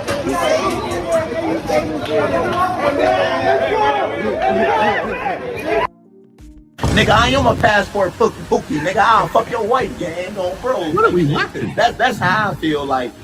I feel like I said, I'm not finna go out like these niggas and act like some fucking Uncle Tom. Like, that's not where I'm from, gang. We still young as hell, bro. Like, of course you gotta carry yourself in a well manner, but I hate the stigma that people say, you're making a black community look bad. No, you're making yourself look bad, gang. Don't put your inadequacies off onto me and shit like that. You feel me? That's what a lot of older dudes do. Niggas be on their couch talking about We making them, nigga, you ain't never gonna come here. Exactly, folks. How the fuck I'm making you look bad, goofy? Like, that shit crazy. So, yeah, that's why when niggas always say, look at this passport. Yeah, I'm a passport goofy. Yes, I am. I probably fuck your wife, gang, on bro. The difference between me and you niggas is I didn't have to leave out the country to get some pussy and shit like that, like most of you niggas, gang.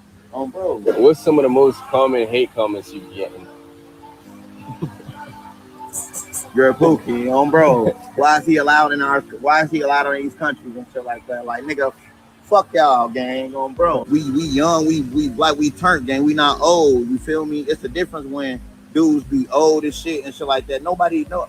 Niggas don't want to watch that all day. You feel me? Niggas don't want to watch niggas just sit around all day and talk shit. No, niggas want to see people go out, have fun, enjoying the culture, exploring and shit like that. Of course, you gotta sprinkle in some women and shit for you freaky frogs. But yeah, like some girls that blatantly called me a monkey and shit like that. In Thailand, the first time I came, and said a girl was like monkey and shit like, I almost slapped that bitch. Like, bitch, don't play with me, gang. We really in the streets. We really amongst these people. We really speak to people. You feel me? Them niggas stay in they fucking cubicle homes. and they go to their cubicle home and go to one club and go back in. Nigga, me and C, we going around the country. We going around territories that niggas would never see with their eyes and shit like that, gang. And then I see someone call you. Okay, well, we can start there. Would y'all consider that a problem in our community? Bob wasn't talking none of that talk. Bob wasn't talking none of that talk when I seen him in Medellin. And he know I was outside. Matter of fact, his partner Keith was outside one time and then he went inside. So when he talking about old niggas not outside, he was talking about the dude he was traveling with. Bob seen me outside every night in different locations. He wasn't talking none of that talk when he seen me in Medellin. Yo, isn't Pop the same dude who picked up a Nepalese homeless working woman who took a dump in his room? Yes. What? Yeah. And she picked up a cigarette butt off the street and started smoking, and then took a dump in his room. And she had cross eye. Hey, Nat, well, in New York, what is that woman? When we see a woman in the street picking a cigarette butt off the street, what is she? A custody woman. It's a fucking crackhead. Homeless woman, a whole bunch of different things. We call them custies in the hood. Yo, who custies that? Customer. Yeah, a customer. So you smashing literal homeless. What's the right word? People who are challenged in certain aspects of their capacity. Who took a dump in your room? Like he ain't the only one. He ain't the only one that did it. But more importantly, did you hear? He's one of the ones that sit there and say there is no proper way to travel, and what he does not ripple throughout the whole community. When it's absolutely the opposite. The way you travel does matter. And yes, your little bit of shenanigans gets amplified because black people are painted with a broad brush no matter where you fucking go. Yeah. I mean, he plays up the whole yo, nigga thing. You know, he got the turban on. Yo, gang, go, yo. That Thailand is full of these dudes, man. And it's embarrassing. I was standing there with some brothers from the military, and one guy sees a Thai person that I think he rented a scooter from. He had some sort of business with the guy. He yells across the street, yo, what's up, man? Yo. And I said, yo, chill, man. I said, you're making us look hot out here. But brothers who never travel don't understand how they have to move and how we have to represent ourselves well. They represent themselves, but they also represent the greater black family, especially black Americans, and they represent us bad because these people have no home training. Right. And this is the biggest point. Things that I wanted to talk the about reputation that we established before they even started traveling is what they're turning up. They don't understand the way you're received is by previous exposure to who we are as people. And as military people traveled and other people of wealth started traveling, and then everybody else got their passports. Like I say on plenty of panels, there's only 2% of black people that have passports in the United States. And you got to know females probably outnumber the males when it comes to who has those passports. So we're very, very, very, very 0.5% of all the people that have passports in the United States. But then you got people in front of a camera that causes that broad brush to start getting stroked throughout the globe on perception first. Everything we did to set up your warm welcome, you're breaking it all fucking back down. This and that's why we talk. This is what it really is. This is what the whole thing really is. These young guys, these young dudes, YNs, they upset because us older gods are banging these young chicks. And they can't get them. Now, hear me out. If she 25, 30 years old, and she knows H-Town songs, word for word, Jodeci songs, word for word. Who else? Joe and Darnell Jones. They just had the verses thing, right? If she knows all of them guys, she knows their songs, word for word. She messing with an old dude, and no, she didn't learn them songs from her father.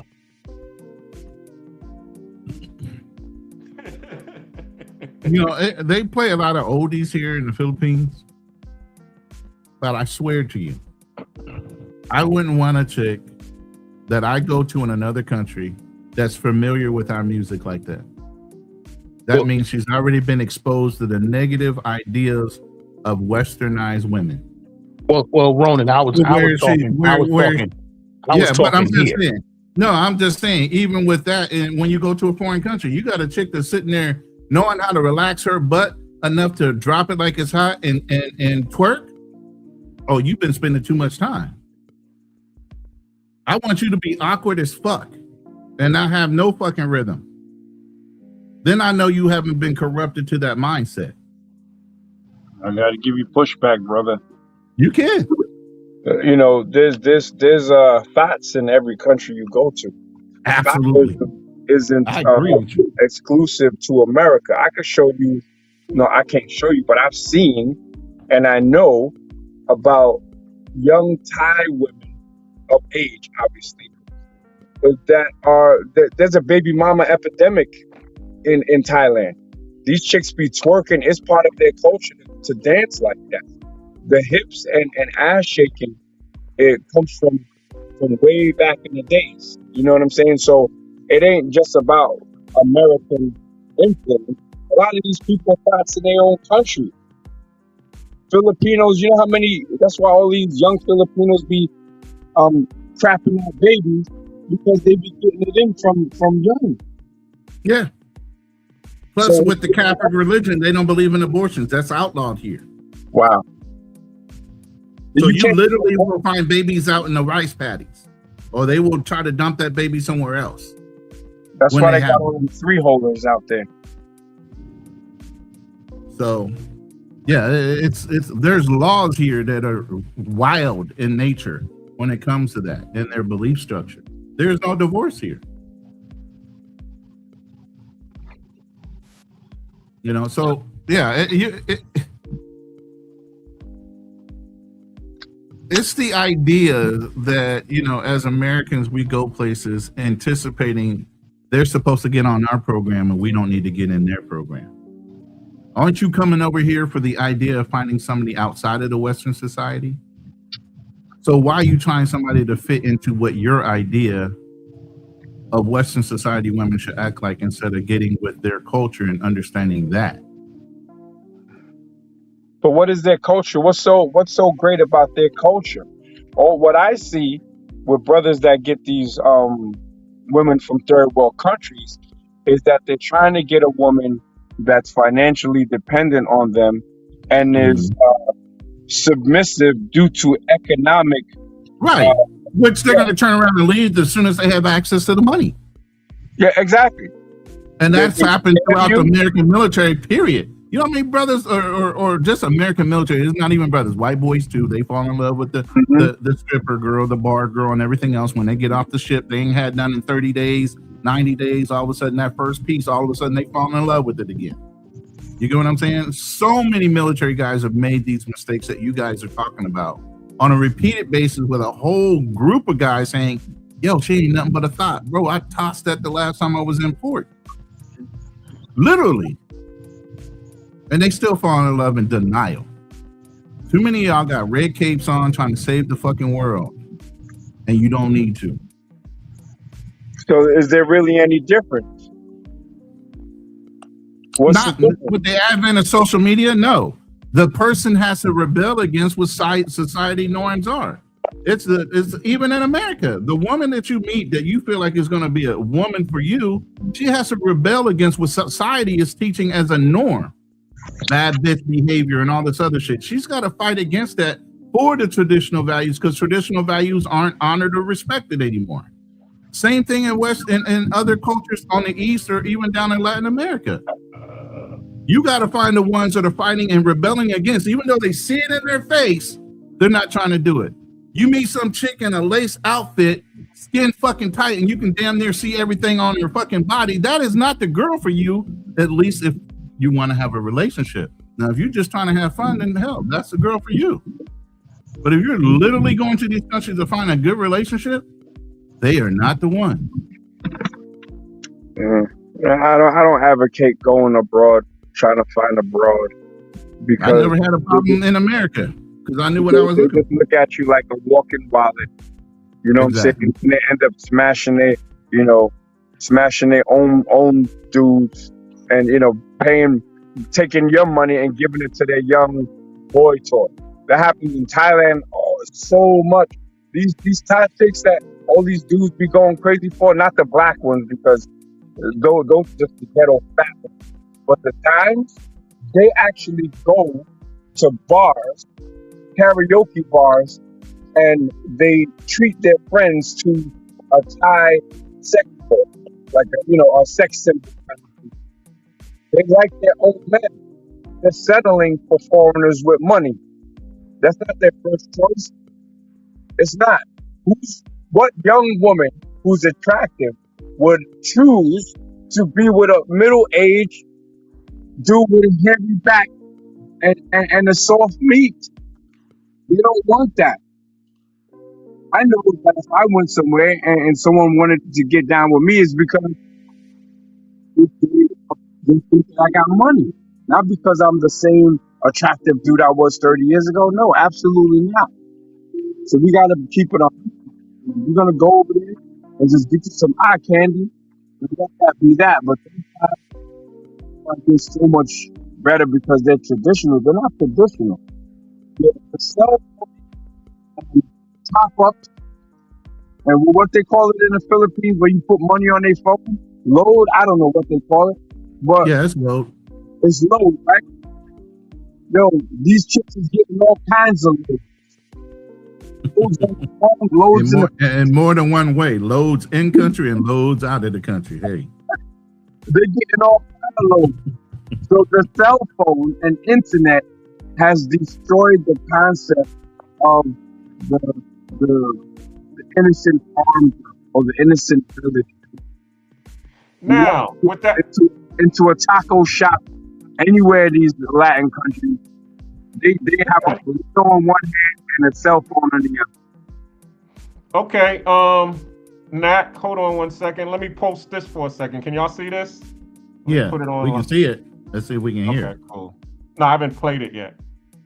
Location next month. All right. Hold on. Oh. So I'm not getting into too much of his details. Like I say, it's a private group, but I will show you this guy. Like I said, he bought a franchise out there in the Dominican Republic. Oh, come on, man. What are we doing here? Hold up. What? There we go. Sean is BMT. It's clap. Passport Bros. My name is Mike. I'm a member. I've been in one for a while on here. I've been living in Santo Domingo possibly for 2 years, and I got the opportunity to buy into this company. I bought a franchise in the mall, and I can't complain about anything as an American. It's in my name. It's not in nobody else's name. Coffee Train is like a small Starbucks. We're actually busy as hell. We're making great money. The return on the investment is sweet. Like I said, it's a small coffee shop, but the markup on this stuff is insane.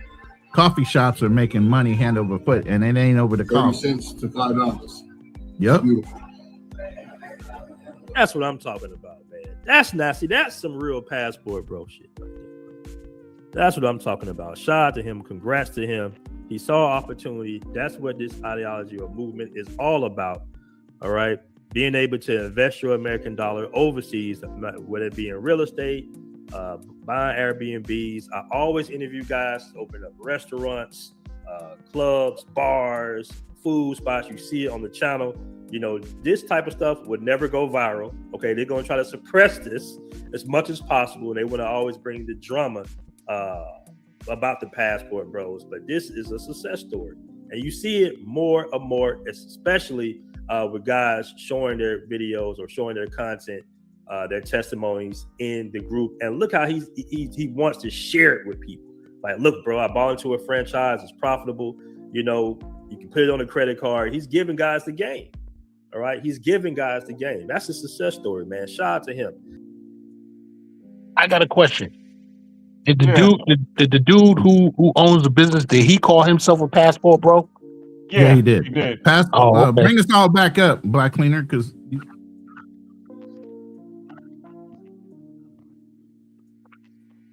y'all see all that? No, we just see the FBA t-shirts in the background that you have. We're not up at all. Hold on, because I just erased everything, so y'all should be up now. Hold up. You just got to push the button with the multi-frames on it. Because, yeah, there you go. So, okay. So he said it himself. Why is it, okay, when it came, he didn't show any, all of the positive stuff got suppressed. Nakmeezy just touched on it, how he said, you know, the social media is showing the negative light. But there is positive stuff that's been on the internet. This was an example of that. And an example of him saying this, he was a Passport Bro doing businesses, and he shows this all the time. But why has this gotten suppressed? And Pob and all of Rello and all of those people got into the algorithm. But Black Cleaner, it's the same thing that happened the other night. You guys were using the same term that the media is doing. You're cherry picking stories. Mm-hmm. And that's what the media does. They cherry pick the stories to give a certain look, or they have a certain agenda they want to achieve for their clicks and views or for their subscriber base. And that's why I say, when you listen to certain people, what is their ultimate motive? Why we brought Rob up on the panel, same thing. What is your ultimate motive? And I said, dude, if you're selling to us, to sell to us. Just let us know you're selling to us. Stop acting like you're trying to be up in here and you're concerned for us, and you're not. Mm-hmm. You know, well, that was the point of that show, was to get him to admit, and I have him admitting, yes, this is the whole thing. I'm gonna lay out my whole strategy. Well, Black Cleaner, let me say this.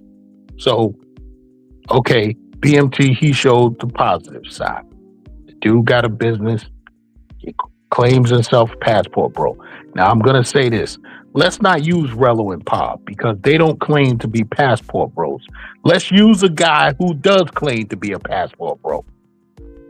And he was just on Razor Rays 2 weeks ago. Don P Sounds. I checked out his TikTok. He got women lap dancing, throwing booty. All of this is happening in Colombia, and this is why he got turned around. So he got the women throwing booty. He's on his TikTok throwing money in the air in the club and doing all the so-called pookie shit, right? And he claims to be a Passport Bro. Oh, Don P did? I thought he didn't. Yeah. Oh, No, really? he claims it all on his TikTok. So I think he's an agent. I don't know. So I'm giving Rello a scapegoat on this one. No, Rello gets no scapegoat. But listen, Rello, he is a Pookie, but he doesn't claim Passport Bro. That's why I said let's use Don P sounds, because he does claim Passport Bro. I get that he doesn't claim Passport Bro, but Rello don't get a pass because he fucks up the black community perception globally.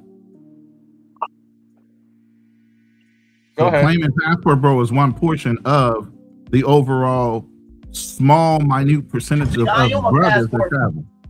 White people don't trust black people. All right, hold on. That's why they won't vote for no black president. Excuse me. I'm sorry. I'm Like a messing black up the brother will feed fuck right up the White now. House. Hey, that's right on time.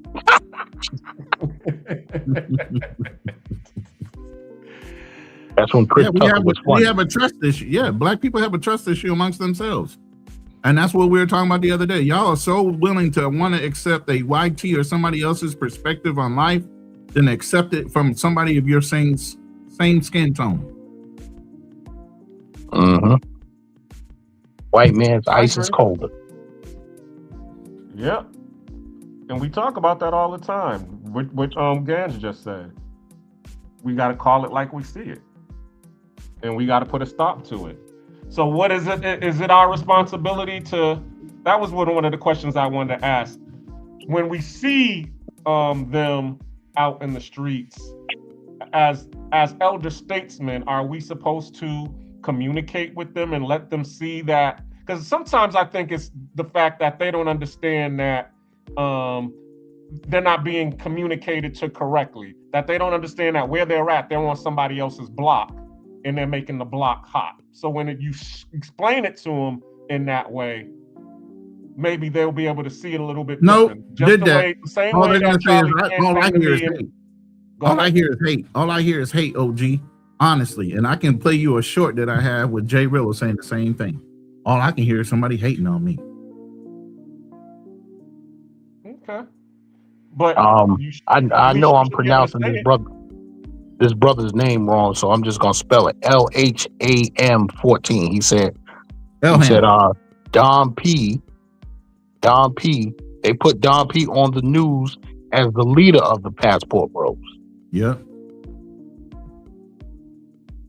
Even though he over there trying to look like Gans. The funny thing is, you heard me when I said that. Now I'm gonna hire a lawyer and sue him for going out there imitating me.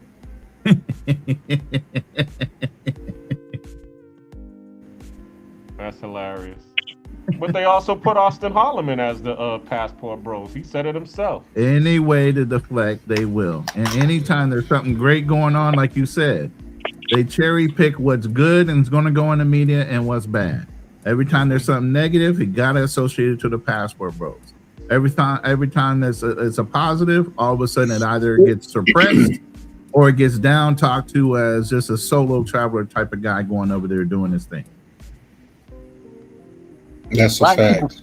Black people have a need to belong to something. You know what I'm saying? If they never made up a name, and it goes deeper.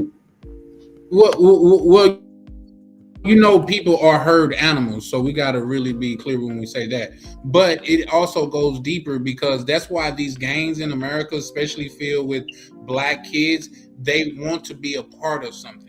Like my nephew, I got a little cousin. My bad. My little cousin. He was talking about some youngers that came up on the block up after me. They look up to one of my homeboys. We used to run together. They say they treat him like God, and I could never understand it.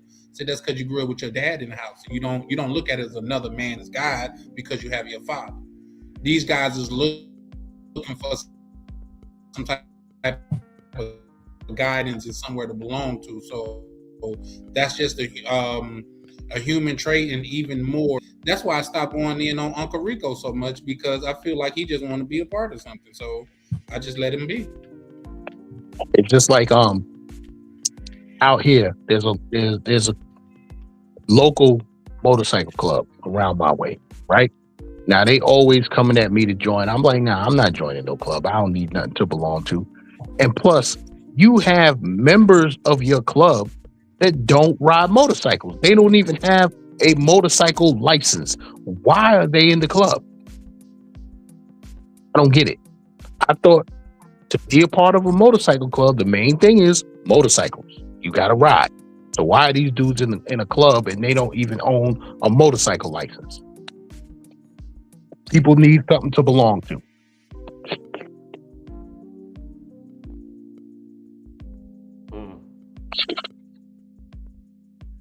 You got anything to say on that, Nat?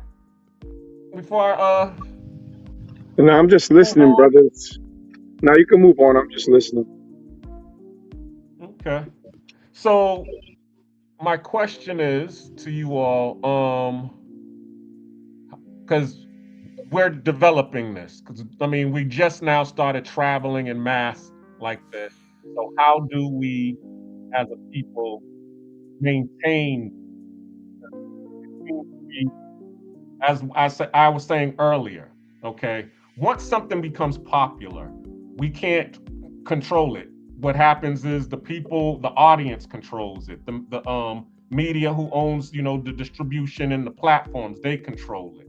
So what is it that the people who are actually in the middle of it, who are the travelers, the Black travel movement, the passport bro, whatever you want to call yourself, how do we are able to maintain this for a positive rather than them putting this negative spin on it? I think it's that don't attach yourself to any group or movement in the beginning, and I mean from the jump. That passport bro name is garbage right now. Yeah, it's dirt. It's dirt. So when you say passport bro, traveler, whatever, nah. Y'all need to start making some definite separations. You have to separate from that movement because they got a whole bunch of nonsense attached to it. And I'm not even saying create another name for a movement. Just be responsible for you. You know what I'm saying? If you have like-minded people or whatever, let that be. But just keep your circle organic and sucker-free. The problem is that there's a lot of we mentioned names on this stream, right? Mm-hmm. That you don't even want your algorithm tied to. Like these people have done horrendous acts, but then you mention their name. Now you're in their algorithm. You know what I'm saying? It's crazy. That's why, like, I'm not no traveling nothing. I'm a well-traveled Black man. Period. Expat, and I didn't move to a third world S-hole country to do it in. I'm in a first world country and I'm getting it. Shout out to everybody that moved to the third world or developing countries, but I didn't run from nothing. So I don't have to, I say like this. If you're looking at videos that are coming up in your algorithm that says, how can you live in Thailand for $1,000 a month? You're not in my tax bracket, bro. We have nothing in common. Okay, I like that. Gans, that's wild. Big Gans, what you got to say about it? No, like I said, people need something to belong to. Like Nak said, the passport bro name has smut on it. Like he was better off. I'm talking about BMT now. He was better off when he was running with the black men travel. I seen that T-shirt and I wanted that T-shirt. So when I saw that he was the one that had it, I hit him up. I said, yo, I want a T-shirt. He sends me the information for Passport Bro T-shirt. I'm like, I don't want this shit. I want the Black Men Travel T-shirt. Because that name doesn't tie you to a group. It's just black man. I'm a black man and I travel. This Passport Bro shit, listen, I don't want no parts of that. Somebody said that to me in the airport one time. He was like, oh, Passport Bros, we up. I said, yo, what the hell is that? What is a Passport Bro? I never heard of it. I knew what it was, but I'm just like, Okay. Let me give you a little bit of pushback. So and I'm gonna go back to that video with the argument between me and Kanal, when Fearless came on and said, well, FBA is a made-up name. It was made up in 2018. So you got people out here who are naysayers on the FBA name and say that the FBA name is dirt. You don't see that as being one and the same with the Passport Bro name, especially since Aaron is an FBA. Is he? Is he? Yeah, he's from Atlanta. Just said he was Nigerian. He's from Atlanta, but where's his grandfather from? Hold up. A lot of Nigerians in Atlanta too, though. He's from Atlanta. He's an FBA. He's FBA. Shout out to Aaron. But go ahead. Let me first play this video and then say that again, because it's not the same. I don't care who says what. When you got mainstream media talking positively about something, it's not in the same vein. Play that video I just loaded. All right. Black American Society here in Florida, who reminded me that Byron's mother is Jamaican, he is Panamanian, and they found it quite insulting, in their words, that he would try to claim victimhood of slavery, not a single descendant of American slaves in his family. I like those foundational guys. They're so good. Tariq Nasheed and all. I mean, I don't agree with everything, but like they've got a perspective. If your family's been here 400 years, and the descendants of a lot of Americans. It's lagging a lot. Yeah, it is. American slaves or families have been here 400 years. I don't know. I think that gives. I'll listen to you. Like you've 100%. you've got a point of view that is legitimate, I think. Yeah. And they're unequivocally heritage Americans. That's for sure. 100%. They're definitely heritage Americans, if anyone is. It's a very interesting term that the foundational Black Americans use. It's called tether. They're tethering these tethers like Byron Donalds. They come here literally one generation in, and they try to just sit around and act so folksy that we're all part of the same struggle and we're all down on our, and we need to fight against. No, you just got here, dude. And so it's good to actually see them call them out for that. That's actually cultural appropriation. I'm just saying, when it hits mainstream media and it comes out as a positive spin, not a negative that the Passport Bro reflects in the media, you can't say they're in the same vein. Okay, well, that's because, as you said, it's really about the people who want to put the negative spin or the positive spin on it. You said it yourself that one of the YT people actually wanted to buy the Passport Bro name, and because he couldn't buy the Passport Bro name, then all of a sudden they start depreciating and and start devaluing the name. It's Correct. a similar thing that's what's going on in Memphis. You know, they're driving down the real estate market in Memphis and making it, worthless. Why? Because they want to go in and gentrify it. So the first thing that they do is that they start to diminish it and demonize it. Look for a natural disaster to hit. Just like Katrina. Yep. Nobody's talking about what just happened in Gary, Indiana. You think Rello would talk about it? He don't give a fuck.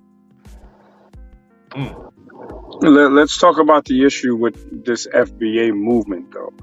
I personally identify as a Black American, a very proud Black American.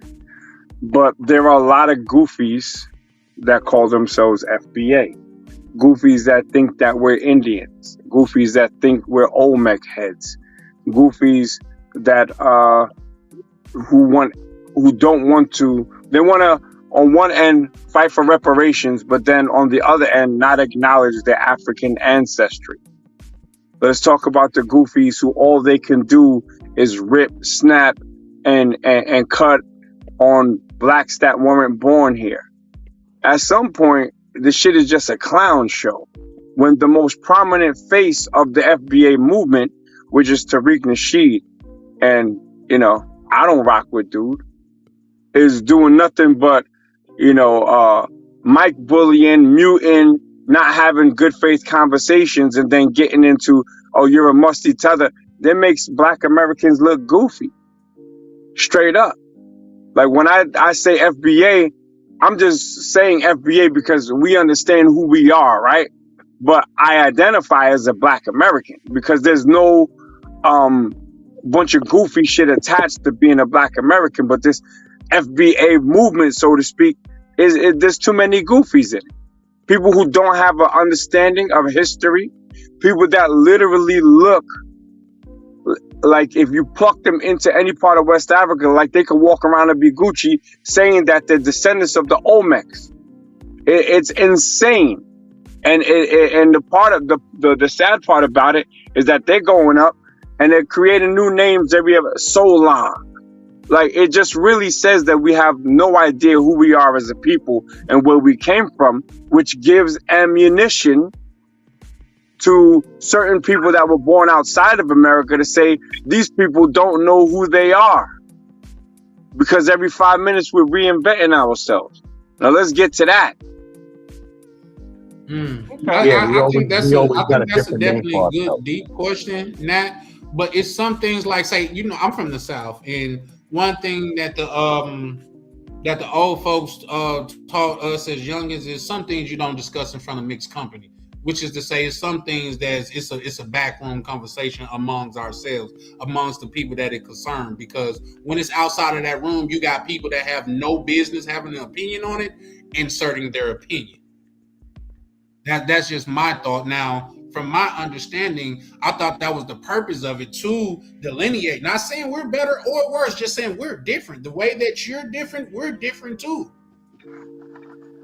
Right. That's the way that I look at it. And the fact of the matter is, like I say, when I look at those old like civil rights movies or even documentaries, I didn't see no Asian people out there. I didn't see no Indian people out there, which is also Asian. But I didn't see no goddamn all these other people that get to prosper from the sweat off of our back. Because when we work for desegregation, when I say we, I'm referring to our people. That just didn't desegregate Black people; it desegregated all people.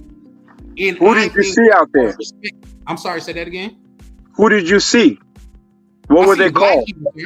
No, but what else were they called? That was. You want to go into the derogatory names that was called? No, not the derogatory. What were we known as? Oh, that was colors. Black, African Americans. No, wait a minute now. We didn't pick up African Americans until about the 80s. Wait, hold on. Ronan. Wait, hold on. That name out his ass, trying to be inclusive now. I see Ronan trying to jump into the pot and get cooked like Gans. You ain't learned that from Gans, bro. We can cook. I will turn your light skin. I'll turn your light skin red right on the stream. Let me get my position out. So African American, that name came up with Jesse Jackson and his movement when he was trying to run for politics. And it was supposed to be wait. It was supposed to be a way of being inclusive of all the immigrants that came over here of same skin tone. It backfired because now we got this whole thing where they stand out and want to raise their flags, but we were trying at that point to be inclusive. That's when African American came out as a designator, because we were everything other than that until then. Yeah. Totally false. I'm wrong. Okay, you tell me your 100% totally. And all right, you know what? I'm gonna give myself the buzzer. Then hold on, I'm man enough to do that for you. Okay, give me the truth. All right. Well, for one, we were known and self-identifying as African American before Jesse Jackson tried to normalize this term. What he did is he tried to normalize a term that we already use to describe ourselves. There's places in the South, Africa Town. There's places there's Igbo Landing in Georgia. We know that we came from West Africa. That's a whole fact. That's why we were called African Americans. I got a video on my channel that I privated. It's called Black American Gladiator School, where there's a black teacher trying to teach these young African Americans, as he called them, to stand on business and not corrupt themselves for $1. He's giving them $1, saying, "Look, you a boy." He said, "No, I'm not." "Well, what are you?" "I'm an African American." We was calling ourselves that way before Jesse Jackson. I remember that too. You got a point. Hey, Mac, I got to ask you a question. Wait, hold on. I got a point. And what I said is a whole fact. Now I want to hear my butter-colored brother rebut that. Butter-colored brother. I love you for that, bro. I really do. I love you for saying that. It's not a big deal. And I can take my tongue lashings as well as anybody else. I ain't gonna get, that was a smooth one. I gotta get out to you. But here's the thing. Here's the thing. I function on facts, not fiction, right? So here's the whole idea behind how it gained widespread national acceptance around the 88, 89. Guess what year I graduated? 1985. Damn. I was in the military by 1987. I was actually living in this history. Okay? And it wasn't that popular. It did not historically shift over to African American until 1988. So I'm recalling from my own memory, not from somebody that told the story. Remember that yesterday we talked about, or the other day we talked about somebody sitting in a circle of a whole bunch of people in a room telling the story from the right and they're coming around to the left. And eventually, guess what? The story shifts a little bit from one person's interpretation or simplification of the facts. But as a whole, Black Americans were not accepted or did not accept the term until the 80s. Your facts I'm not talking about acceptance, my brother. I'm talking about identifying. They, white people, I'm not scared to say white people. I hate when people say white tea and them folks. Well, the reason why we're saying is because of YouTube algorithm. The only reason we're saying is YouTube algorithm. Nobody's scared to say it. That means if you're saying because of the algorithm, that means you're scared to get put in a wrong algorithm. White people will say who they're talking about. And we're not saying anything derogatory. We're just identifying a racial group of people. Now, just because it became popularized or normalized does not mean that we did not identify ourselves as African Americans. Matter of fact, on official documents, we were known as persons of African nativity. And it was I think it was a civil rights, or maybe it was probably the 4th Amendment. No, what's that amendment? The second, no, not the, which is the amendment that made us a whole person. While you're talking, everybody just focus on the official institution or adoption as he's talking and saying that. Yeah, the 13th Amendment. Thank you. The 13th Amendment. It's probably in the 13th Amendment. Persons of African nativity. We always knew where we came from. That's why we called ourselves that. Our people jumped and killed. Some of our ancestors refused to go to the coast because they knew what was going to happen. That's what happened at Igbo landing. Igbos, straight from Nigeria. Most Black Americans have Nigerian ancestry. We always knew who we were. It was old lion-ass grandmas and grandpas who were afraid and ashamed to tie themselves to where they knew they were from. So they would say, "Oh, we got Indian in our family," when it wasn't Indian. The reason why your grandma had that long flowing hair is because somewhere down the line she was supposed to be violated by Massa, a white man. Right. I'm all down with you, brother. We are in alignment. We are in alignment. I'm just saying the official term was not adopted until around the 80s. While we might have been, listen, while we might not have globally, because I didn't go by African American until it was designated by the U.S. government. I went by Black or whatever I was told to put on the marker as far as how I identified.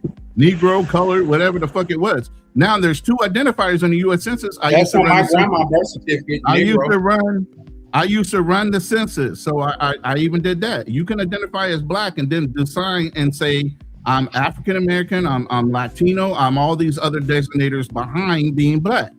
You can be accepting of one, but not both. So in that vein is why I'm saying by the U.S. Census and everything else, it wasn't until around the 80s or 90s that it became officially a term that was being used throughout the United States. But it's been Not used when we first prior used to it. that, and we use Yeah, it but for as ourselves. my argument is the semantics. Hold up. The semantics is we're both right, and you're right in your historical recalling. And all I'm saying is, semantics wise, that's all we're arguing is when we all accepted it. I'm saying we didn't all accept until, and some people did use it earlier. Some people were more enlightened. Some people were not, and some people were in denial. Just like you got Dominicans saying me no black. We had that here too. Just like you said, grandma was lying about, you know, the Indian being or being part of our culture. Not that the white man went in there and raped our women and our daughters. You know what I'm saying? So all I'm saying is we're arguing over semantics, but we really do agree. You know what I'm saying? I mean, I think we agree. I just give pushback on the Jesse Jackson creation story. We were calling ourselves specifically Afro Americans, and I think that hit a little I softer. think two things could be right at the same time. Though, right, and what I'm saying is in the story, and I would say you're right. Historically, people reaccount things differently, and in the historical record, the white man is saying Jesse had everything to do with it. But most likely, you're more accurate in the recalling of everything that's going on, and that's what it was Afro Americans, and people use the Afro as a play on the hair, but Afro was short for African, so it was a shortening of African American, Afro American. It wasn't Afro American because we had afros. That painting dude, that white painting dude, he had an afro too. He wasn't black. But congratulations to my buttercolor brother. You did way better than Gans. I appreciate you. I don't fold under pressure. Hey, I don't fold under pressure. I turn into a diamond, baby. Now, anyway, pull us all up back on the panel, Black Cleaner, because we're looking at your FBA T-shirt again. I gotta ask Knack a question since he brought my name back up. Knack, I want to know who do you rock with? You said you don't rock with Tariq Nasheed. Let me ask you a question. Do you rock with Taj Tariq Bey? I don't rock with anyone. I don't even know that person. You don't know who Taj Tariq is? Nah, I don't know who any of these Sonetta goofies are. Damn. I call them all Sonetta goofies. They learn black history from Sonetta TV.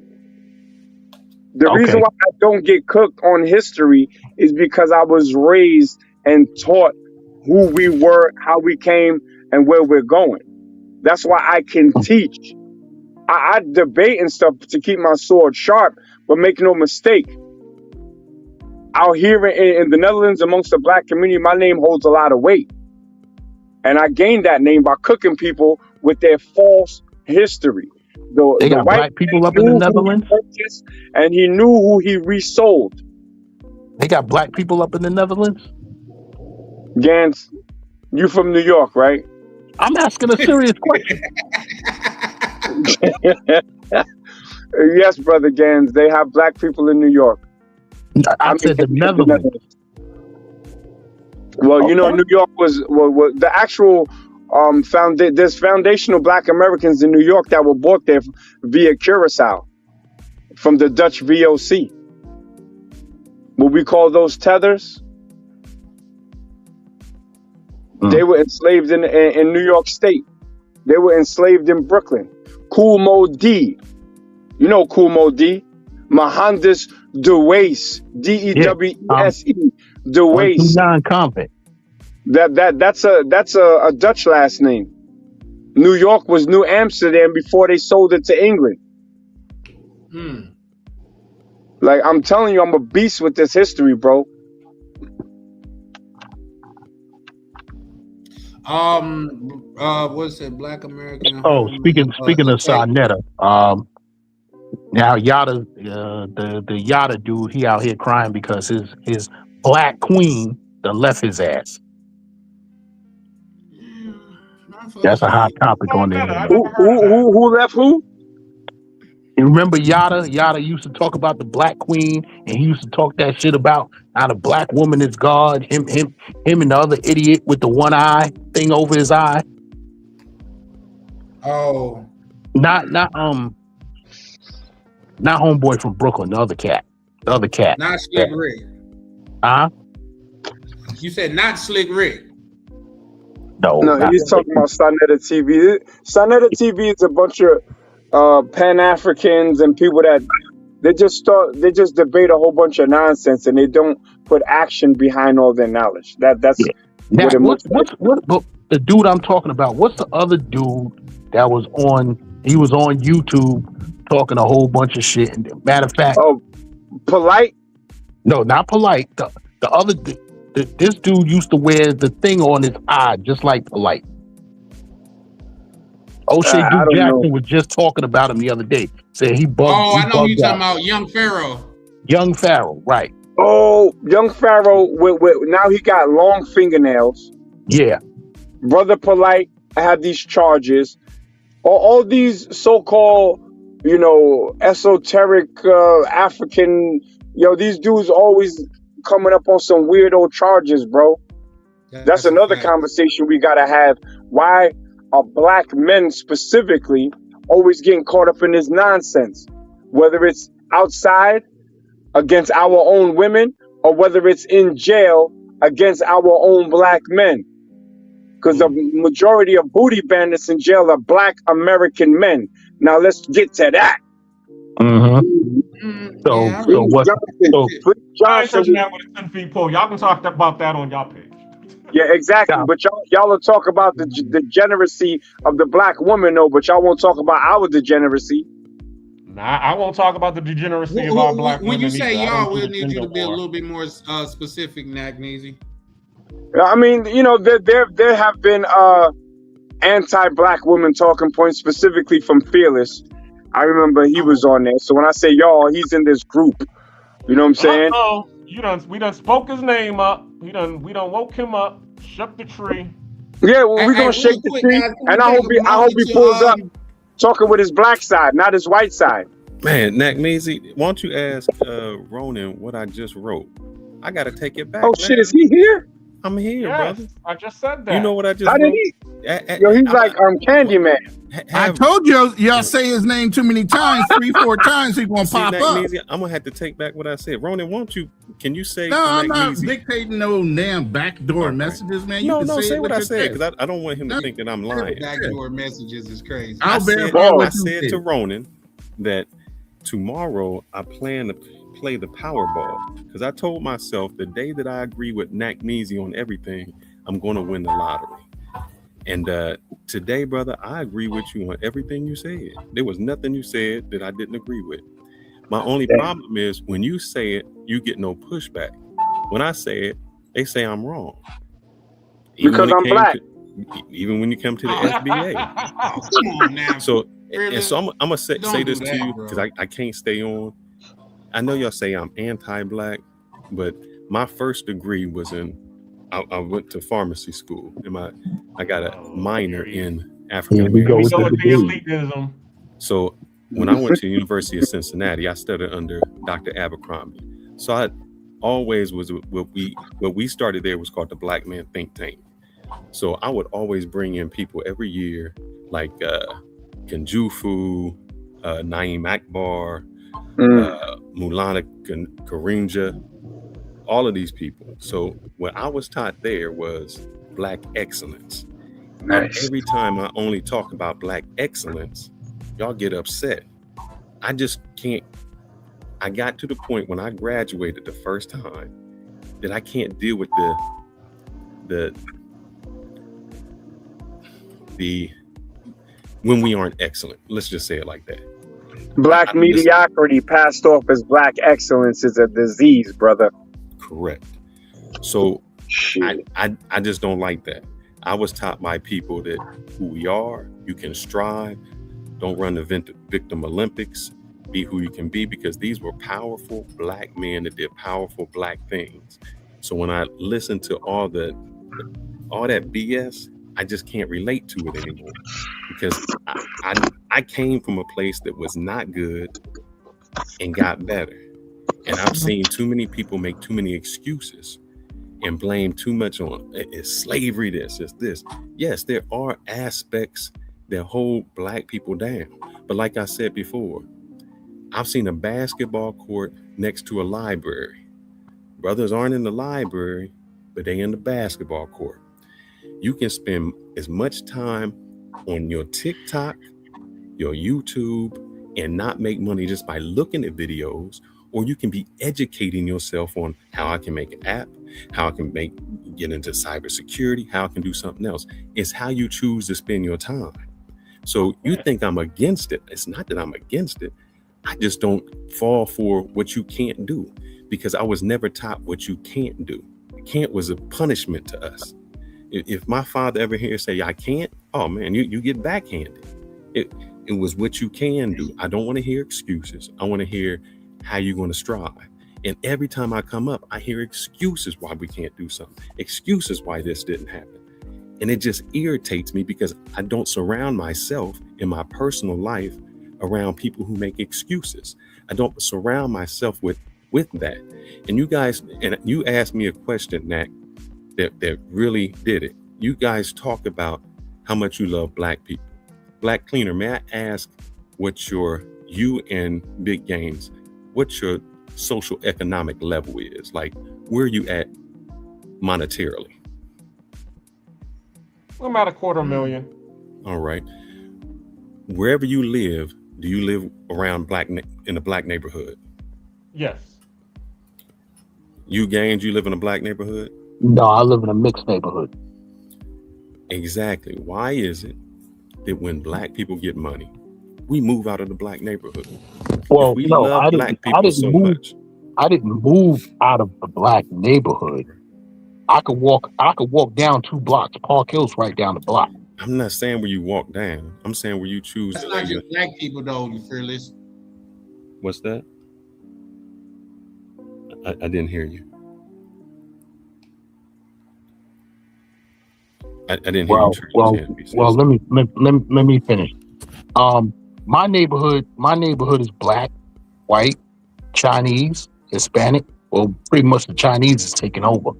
But I've been this same neighborhood since forever. And I'm from Harlem, and I still go back to Harlem. My father's from Esplanade Gardens, and my mother's from Staten Island, Park Hill. My mother bought this house in 1976, and I took it over. So we just been in the neighborhood. But I'm from Park Hill, and I claim it. And I could walk right down the street, and I'm in Park Hill.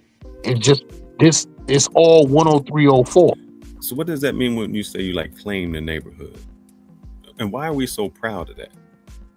Because I do what I got to do to make my neighborhood, to uplift my neighborhood. So yes, and I say that because I've heard brothers say we claim the neighborhood, and they don't own a house, they don't own a store, they own nothing in that neighborhood. Well, I own the house. Excuse me. All right, we got some new people to the stage. I'm adding Charles. And I'm not going to stay on my That's real me, thing bro. was to come up to say the Knack And who's Measy. the educated Pookie? He's coming up. Fearless, I wanted to say What's good? How you doing? Oh, I'm sorry. Go ahead. Yeah, let me just, because Fearless getting ready to leave. I'd rather see them. Something to Fearless too. Now you say them brothers, they on the basketball court, they not in the library. It might be one brother in the library and brothers on the basketball court. But guess what? I'd rather see them brothers on the basketball court than on the street corner. Facts. But my thing is, do you have what is the percentage that you're going to make it in the NBA compared to the percentage that you could make it as an engineer? But see, oh man, come on. Wait, hold on. No, don't let Fearless off the hook. Let him. You're not letting him off the hook. No, I'm saying I want him to make his point. I want him. This might be your first time seeing me, but I'm definitely not letting Fearless off the hook. Don't let me. Oh, good. Oh, good. So y'all on my side. Okay, good. No. Good. I'm on the side of righteousness. There's no side. If you on the side of righteousness, we're on the same side. But there's no. No, I'm on the side of truth. And Fearless is being a little bit slick. He think he's slick, like we don't know him. So the fact that y'all know him well, but y'all aren't letting him off the hook, that's a good thing. But go ahead. That's the fact. So Fearless, when finish your we point. talk Go about ahead. this basketball, Hold on. Let me my make point this point was, real quick, and I'll I let know that Fearless finish what he's saying. When it comes to Fearless on the Black Cleaner channel, the jury is still out that is he a coon or just playing one on TV. So anytime he makes a statement, that's what I'm looking at. That's how I'm looking at it. brother, I believe in black excellence. I don't believe in excuses, and I believe that why would I tell someone who has a very less than 1% chance to stay on the basketball court? I would rather them educate themselves. I would rather you get in school, and I've always found out you know somebody by the fruits that they bear. But what if that Wait, young that brother on the sounds like a basketball straw court? man argument. And it What if, definitely is. That's Hold on. that's common Wait. sense. let me Stop. just say this. What if No, that young wait a brother? minute. Wait a minute. Wait a minute. Level set this shit because here's the thing. People are saying things and not level setting what they're saying. The idea that he's presenting is because he played on a D1 Ohio State football team, and do you see him as a pro athlete?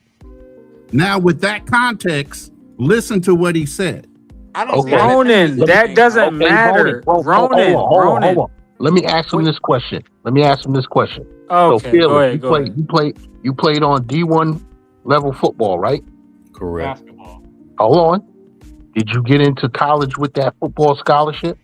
I got half scholarship. I got a scholarship. There you go. That was athletic and was academic. Good point, gang. So don't take away the brother. That doesn't matter. We can analyze the statistics regardless. Hold on, brother. We know not every brother's gonna make it into the NBA or the NFL or MLB. We know that. But if they can do enough to get them like what you got, a partial scholarship, help pay for some of the college. No, I got a full scholarship. I got all my stuff off academics. So I mean, don't get me wrong. I did, I wrestled, I ran track. Don't get me wrong. I did do a little bit of athletics, but the bulk of my scholarships was just because I got really high test scores and shit like that. It wasn't that I couldn't. There are so many scholarships that are given out. At the same time that I was going through, somebody named Kajana Carter was going to another school. And what you do is you say, okay, we have 82 scholarships or how many there is. Can we give somebody an academic to get another scholarship for another person? That's all.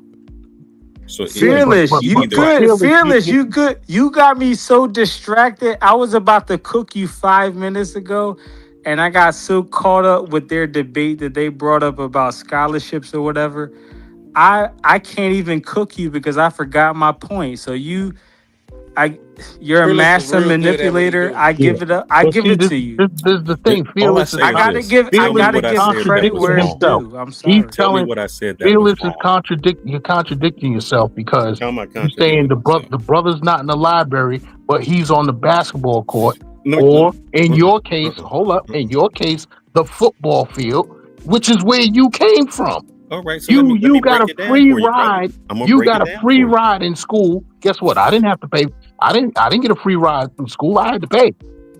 You know how many 8th graders can't read? You know how many of those brothers who came through that they could have gotten a scholarship, but they had to go to D3 or somewhere else because they weren't academically there, because they spent most of their time trying to play the ball, but they never spent their time in school. So they didn't have the SAT scores, nor did they have the GPA to even go there. So they were great athletes. But just being athletic is that child fault? And then hold up, brother. Hold up. I graduated with a degree, have 2 undergraduate degrees and a master's degree. Do you know how many of them how many of them graduated?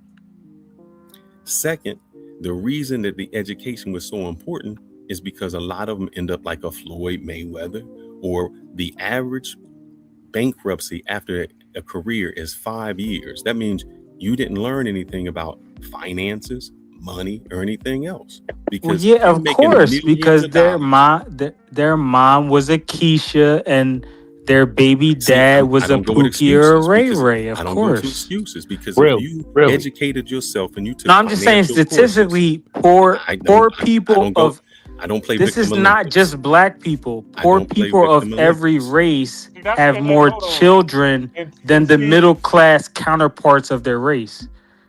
If you got a full scholarship to school and you didn't spend the most of your time getting what's that? I said, and that's where my beef comes with you, because you try to sit there and say you don't play victimization. And sometimes, okay, I understand. Hold on, let me finish.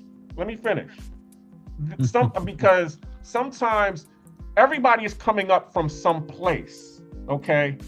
We're all not just coming here to be excellence. We all have our setbacks. But sometimes what we have to do is some of us don't even know what our setbacks is until somebody points it out, and then once we see it, then we can work up from that. But when you sit there and you try to ignore your history, it's hard for you to move forward, because sometimes a lot of times you keep on tripping over yourself. Because and you don't even know that you're tripping over yourself. There goes the excuse. You had a free scholarship, you had free tutors, you got free food, you got free housing. What was the issue? Wait, who had free? Wait, who you talking about? The guy said about scholarships. So I'm talking about only about D1. No, hold on. You're talking about this hypothetical person that had all this free stuff. Because is that what Black Cleaner was talking about? I don't think he was talking about that. He's saying the excuse. I don't. No, because you're bringing up a specific example. I know that I don't think Black Cleaner was talking about. I could be wrong though. Go ahead. Hold on. Let me speak. I can go with his example. He has all this free stuff in college, but he's dyslexic and he doesn't know it. Now what? He hasn't been tested, but every time he goes into class, he can't seem to grasp why he's not getting the they got tutors for that, man. When you take tests and you are dyslexic, you don't have time on your test. They give you those special things. What are you talking about? No, but Black Cleaner, my point was hold up. See what you just did? You went to a straw man. No, I didn't go to a straw man. No, you brought that up. You went to and a I was straw trying man. to explain to you because how many and athletes have dyslexia? You don't make it. You don't how blame many black athletes victimization. When you said you don't blame victimization, example. and I said, well, sometimes we have to diagnose the problem so that we know what the solution is. How many we black can't athletes ignore have that. dyslexia? All you're seeing is the opportunities. And all I'm saying is, okay, there's all of these opportunities there, but there's going to be some difficulties there. So we got to understand what the difficulties are before we can move on. That's what How many I'm saying. black athletes have dyslexia? Fearless, can I just mention one thing? Yes, sir. Even though this wasn't even Black Cleaner's point, because he wasn't really talking about this, your argument actually is weakened. Because if you look at the Black athletic population, a lot of them come from malnourished environments or impoverished environments where maybe they had tall parents that gave them great genetics and they're super tall and blah, blah, blah. And that's great. But they maybe, like, you have plenty of NBA athletes that when they started out in middle school and high school, they were malnourished. They were over-recruited because of their potential and their talent, despite the fact that they grew up in Southside Chicago or in a hood in Florida or Texas or whatever. And they went to Florida in college a couple years. They were able to get on a good college diet and get around people who could help them eat better on a consistent basis. Then they go to the NBA and they're all good. But when they were in those middle school and high school years, they weren't like these, trust fund babies, these trust fund black kids, like, oh, Kobe or MJ was my dad, and I just got $1 million when I'm born, and I got the best elite basketball training since I was 7 years old, and blah blah blah. Like, no, most of them, they were just hood babies. But again, maybe their dad was super tall, and whatever. Or maybe Gilbert Arenas smashed their mom when he was on a road game when he was playing for the Wizards, and he got some chick in Arizona pregnant. She had a baby, whatever. But you get my point. I don't get your point because all I heard was excuses. And that's no, Fearless. I didn't hear Fearless. I'm gonna hold Fearless's feet to the fire. You were so malnutritioned that you got a D1 scholarship and got to the NFL. That's how malnutritioned you were. Yeah, well, I'm sorry, but if you have zero, you didn't have any food. Fearless. You didn't have any food, but you got on Fearless new Air Jordans. If you have 0.01% genetics, that malnutrition stuff doesn't matter. Like Wemby's parents, his mother was 6'3". His mother, hold on. Just because in the sake of time for the audience, I don't have time to Google. I'm going off examples I can give you off the top of my head. So I'm giving you an example. Wemby, who's 7'6" in the NBA. Again, he's like 23 years old, 22, 23. His mother was 6'3" and his dad was 6'5". So regardless of whether they're poor, rich, middle class, it doesn't matter. He had top 0.001% genetics. So of course he's going to come out as a tall kid. It's not rocket science. Okay, I'm just saying, Fearless. Let me say this. I'm not saying everything you said was wrong. I know. I'm just saying you're being disingenuous. I know tall kids. I know strong kids. I know fast kids. In order to get to a certain place, you still say you're a tall dude. If you a tall dude, Fearless, I know faster kids than me. I know, and I got a better scholarship to school than them. That's what I'm saying. You know why? You are in agreement with me. So you can be a tall dude, but if you don't practice your craft, if you aren't out there practicing on a continual basis, no matter how good you are, you're not gonna make it to the NBA. You're just a tall kid, and people say, "Man, you have potential." Now let me take that. If you have all the time to go out on the basketball court and practice your craft for 10,000 hours, you have the same amount of time to educate yourself. You done? I'm done. All right. I'm gonna have to wrap this up. We've been here going on 5 hours, so I'm gonna let everybody say their final words. I will come back on live if y'all still want to have this discussion, but I want to wrap this part up. Right now. Yeah, I feel want to you. be able to clip it. So yeah, you got to be professional. I respect it. All right. So, and if y'all want to continue this debate, we can continue. But I got to wrap this portion up, and then we'll do a little after thing as soon as I wrap this up. So, starting with Ronan, do you have anything to say? I mean, no. If you're gonna wrap it up, let's wrap it up and move on to the next section. Only thing I can do is play my promo for Thursday night therapy session, which I think we all need.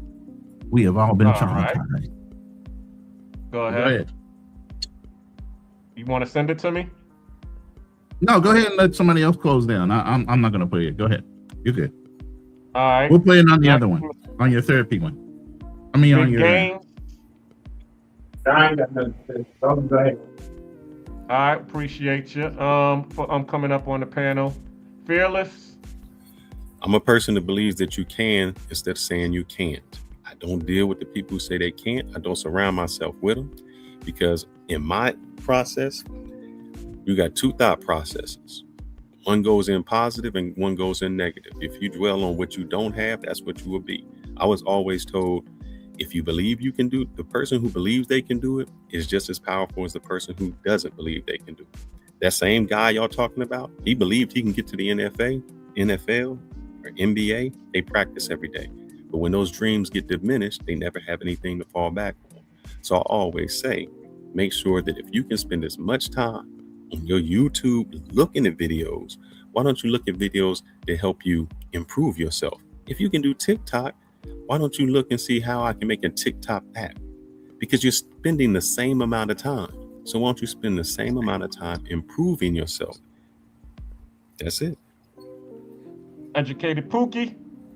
I'm gonna keep it brief because I love everybody on the panel, and I really do appreciate y'all having me on and letting me kind of cook people like Fearless. But I'm gonna let Fearless off the hook for now because it's not my channel and we gotta go. But I think he's being a little bit idealistic. And again, I'm not trying to be a doomer and say that everything's negative and you should look at life through a pessimistic lens of like in your individual life. But like just when he's talking about like the general male population and society as a whole, when you're talking about it on that level, you got to be a little bit realistic. And I think he's a little bit too optimistic. And I don't know if that's because he's 6'3" and light skinned, so women automatically pedestalize. Oh, he definitely ain't 6'3". I don't know I don't know what it is. If that's the case, Fearless, I applaud you. I congratulate you for that. I'm happy for you. I mean, like my people. My mom is pale skin. I was raised by a pale skinned woman. I'm not like against light skinned people. The woman I love the most in my life is literally pale skin. So I have my sister that helped raise me when I was in middle school is lighter than me. Like I have no issue with. So I hate that false narrative that people try to say just because I happen to be darker than some of my family members. But so Fearless, it has nothing to do with the fact that you're a pretty boy, Brother, or that you stay in the gym. One thing. I'm not jealous. I applaud you. No, Fearless, I want to make it clear. I applaud you for that. Of everybody on this channel. And he said the same thing. He came from the mud of Mississippi. And he never had an excuse why he was or wasn't something. So it doesn't come with color, brother. I think, Ronan, you seen the picture of my dad, didn't you? He black. Yeah, Black cleaner, you ain't even in the league with him. He came from Mississippi, dirt in the worst place there is. And he never had an excuse. And he wouldn't let his kids have an excuse. It was just, you succeed. Nobody holds you back. No slavery, no white man. No, Fearless, I get it. My dad never had an excuse. He was rich. Fearless. Dyslexia, when I was in college, I keep hearing all this, man. You keep giving Fearless. excuses. I got money in college that my dad set aside for me when my dad and my mom separated. He paid so much of my tuition and like my living expenses. And years later, because again, my dad was super old, like he was. I thought you was on a full scholarship. No, not full. It was like it was like 80, 90%. Well, you just said that, brother. Hold up. When I said I was on a partial, y'all said something about it. Now you just saying you was on a full scholarship. I never said I was on a full scholarship. This, dialogue. Yeah, do that on the next. No, hold on. Fearless. You realize I don't know the other dude that was talking that you're talking about. I don't know what he said, but if you remember, all I said was I ran cross country and I ran track and I wrestled in middle school. I never said, if you listen back, I said my scholarships were academic.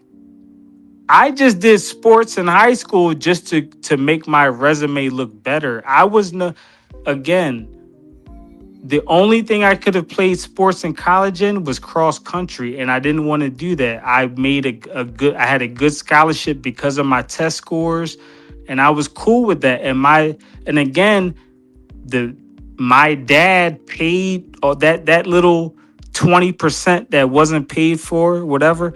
My dad paid for a lot of that. But again, so So you're educated, Pookie. All right, y'all. Why didn't you become? As I said. Cool? All right, my bad. Yeah, Hey, wait a minute. He's gonna open up another channel. He's gonna open up another live, you guys. I want to let him reopen it. It's let 12 him reopen o'clock the new here, live. and I just finished my cigar. I got to go to sleep, but I will just ask the black cleaner this. Nakmeezy said the exact same thing I said. You said no challenge to him when he came to the FBA, because all I said was the FBA was invented by Tariq Nasheed in 2018. He said the exact same thing. You never gave any feedback. You never said, oh, you wrong. You coming against black. You never said anything about that. He actually tonight said the exact same things that I've been saying, and you had no comeback. So is it the messenger or the message that you have a problem with? No. You want to know the answer? I did have some pushback for Nakmeezy, but there were other people on the panel that were talking, so I let them talk. That's really what's happening, because as I said in the beginning of my intro, I am FBA. If you looked at my background, it doesn't matter that it's a made-up term. We can discuss that for 30 minutes about the acronym, but it doesn't matter because the acronym is to describe the lineage. I'm from the lineage. If you want to say foundational Black Americans is a made-up term, okay, fine. I put on my background Fennell Bray Anderson. That's my family. We are FBA. And that's where I got the problem with when people come against the black plight of FBA, because if you don't believe in it, fine, don't believe in it. But there are people out here that are creating hidden history museums when they're taking our black stuff out of the Smithsonian. There are people that are having reparations conventions when people are over here trying to, erase and do critical race theory and all of these things. And these are the things that Tariq Nasheed is doing, amongst others. So when people come and they try to, denigrate the black economy, the black progress, I gotta look at you with a side eye. I gotta see, okay, yeah, the message that's coming. Are you for the people? Are you trying to build it, or are you trying to destroy it from the inside? And that's really, it wasn't, I understood what Nakmeezy was saying. I just didn't speak on it because everybody else had a chance to speak on it. And I hope when you open up your show, you come at him the same way you come at me. That's all. No problem. All right. I have no problem with that. Just keep it. But real quick, while you're on the panel, both of y'all on the panel, I'm in the middle of y'all. Can you just answer the question real quick so he understands who you are? Are you for the black agenda or not? That's what he wants to know. Yes, for me, yeah. I'm for black excellence in the agenda. Okay. I'm probably more pro-black than all of y'all. Whoa, slow down now. Well, let me say, when I say I got my minor, why don't you just look up Dr. Eric Abercrombie? That's who I was under. When I say I got my minor in African American Studies, I spoke Swahili, which I don't anymore. That was my language in high school and in college. But I am for black excellence. What's that got to do with it? I just don't look at it and say, man,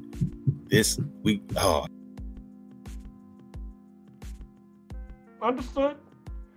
You for black excellence, and you've achieved black excellence, and I salute you. And you know something? I'm for black mediocrity. Okay, because I achieved black mediocrity, and I'm striving to achieve black excellence. But the first thing that I'm going to do is show people how to achieve black mediocrity first, because that's the first thing that we need to do. We need to identify the hurdles that's preventing us from even getting to mediocrity, okay? And then once we're able to get free from those hurdles and we're able to get free, now we can start striving for black excellence, because that's how it was taught to me. I don't try to jump out of a plane and try to build my parachute before I hit the ground. I start from the ground up and I build and I scale up. I start with the smallest thing and then I build from that. And that's pretty much where we're saying the same thing. We're just coming at it from two different ends. And that's it. And all right, land your plane and open up the new panel. I'm out. See you later.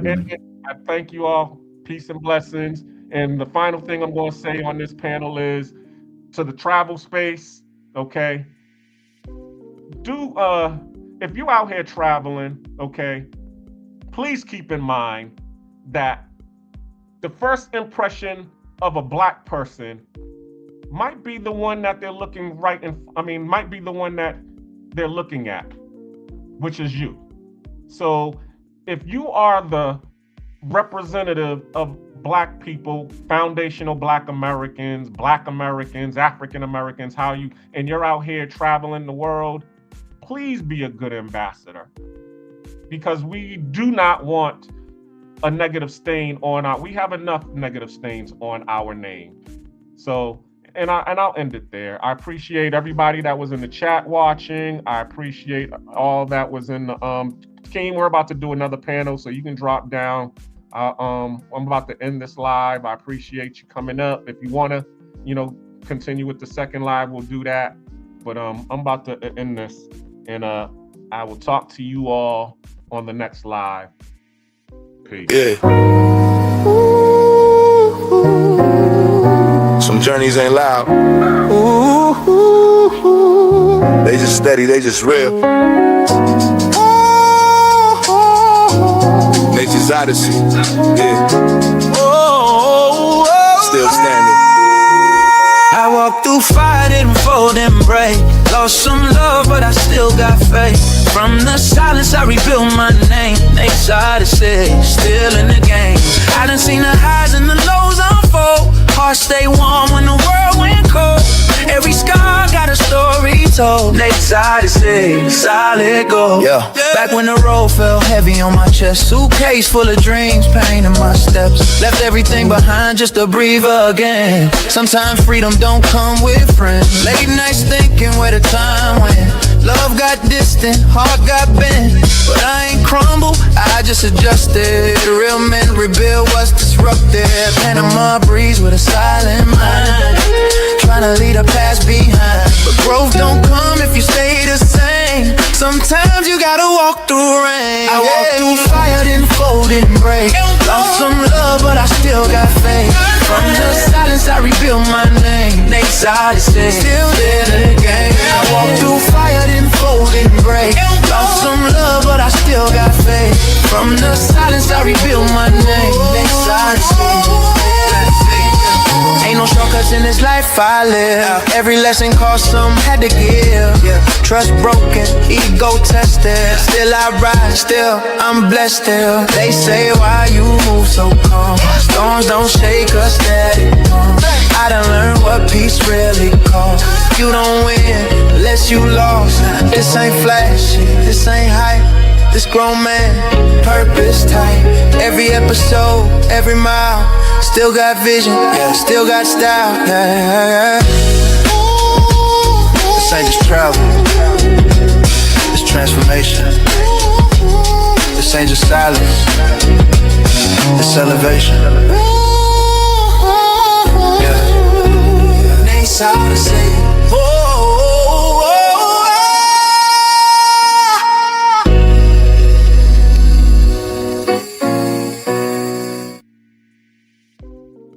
Hey!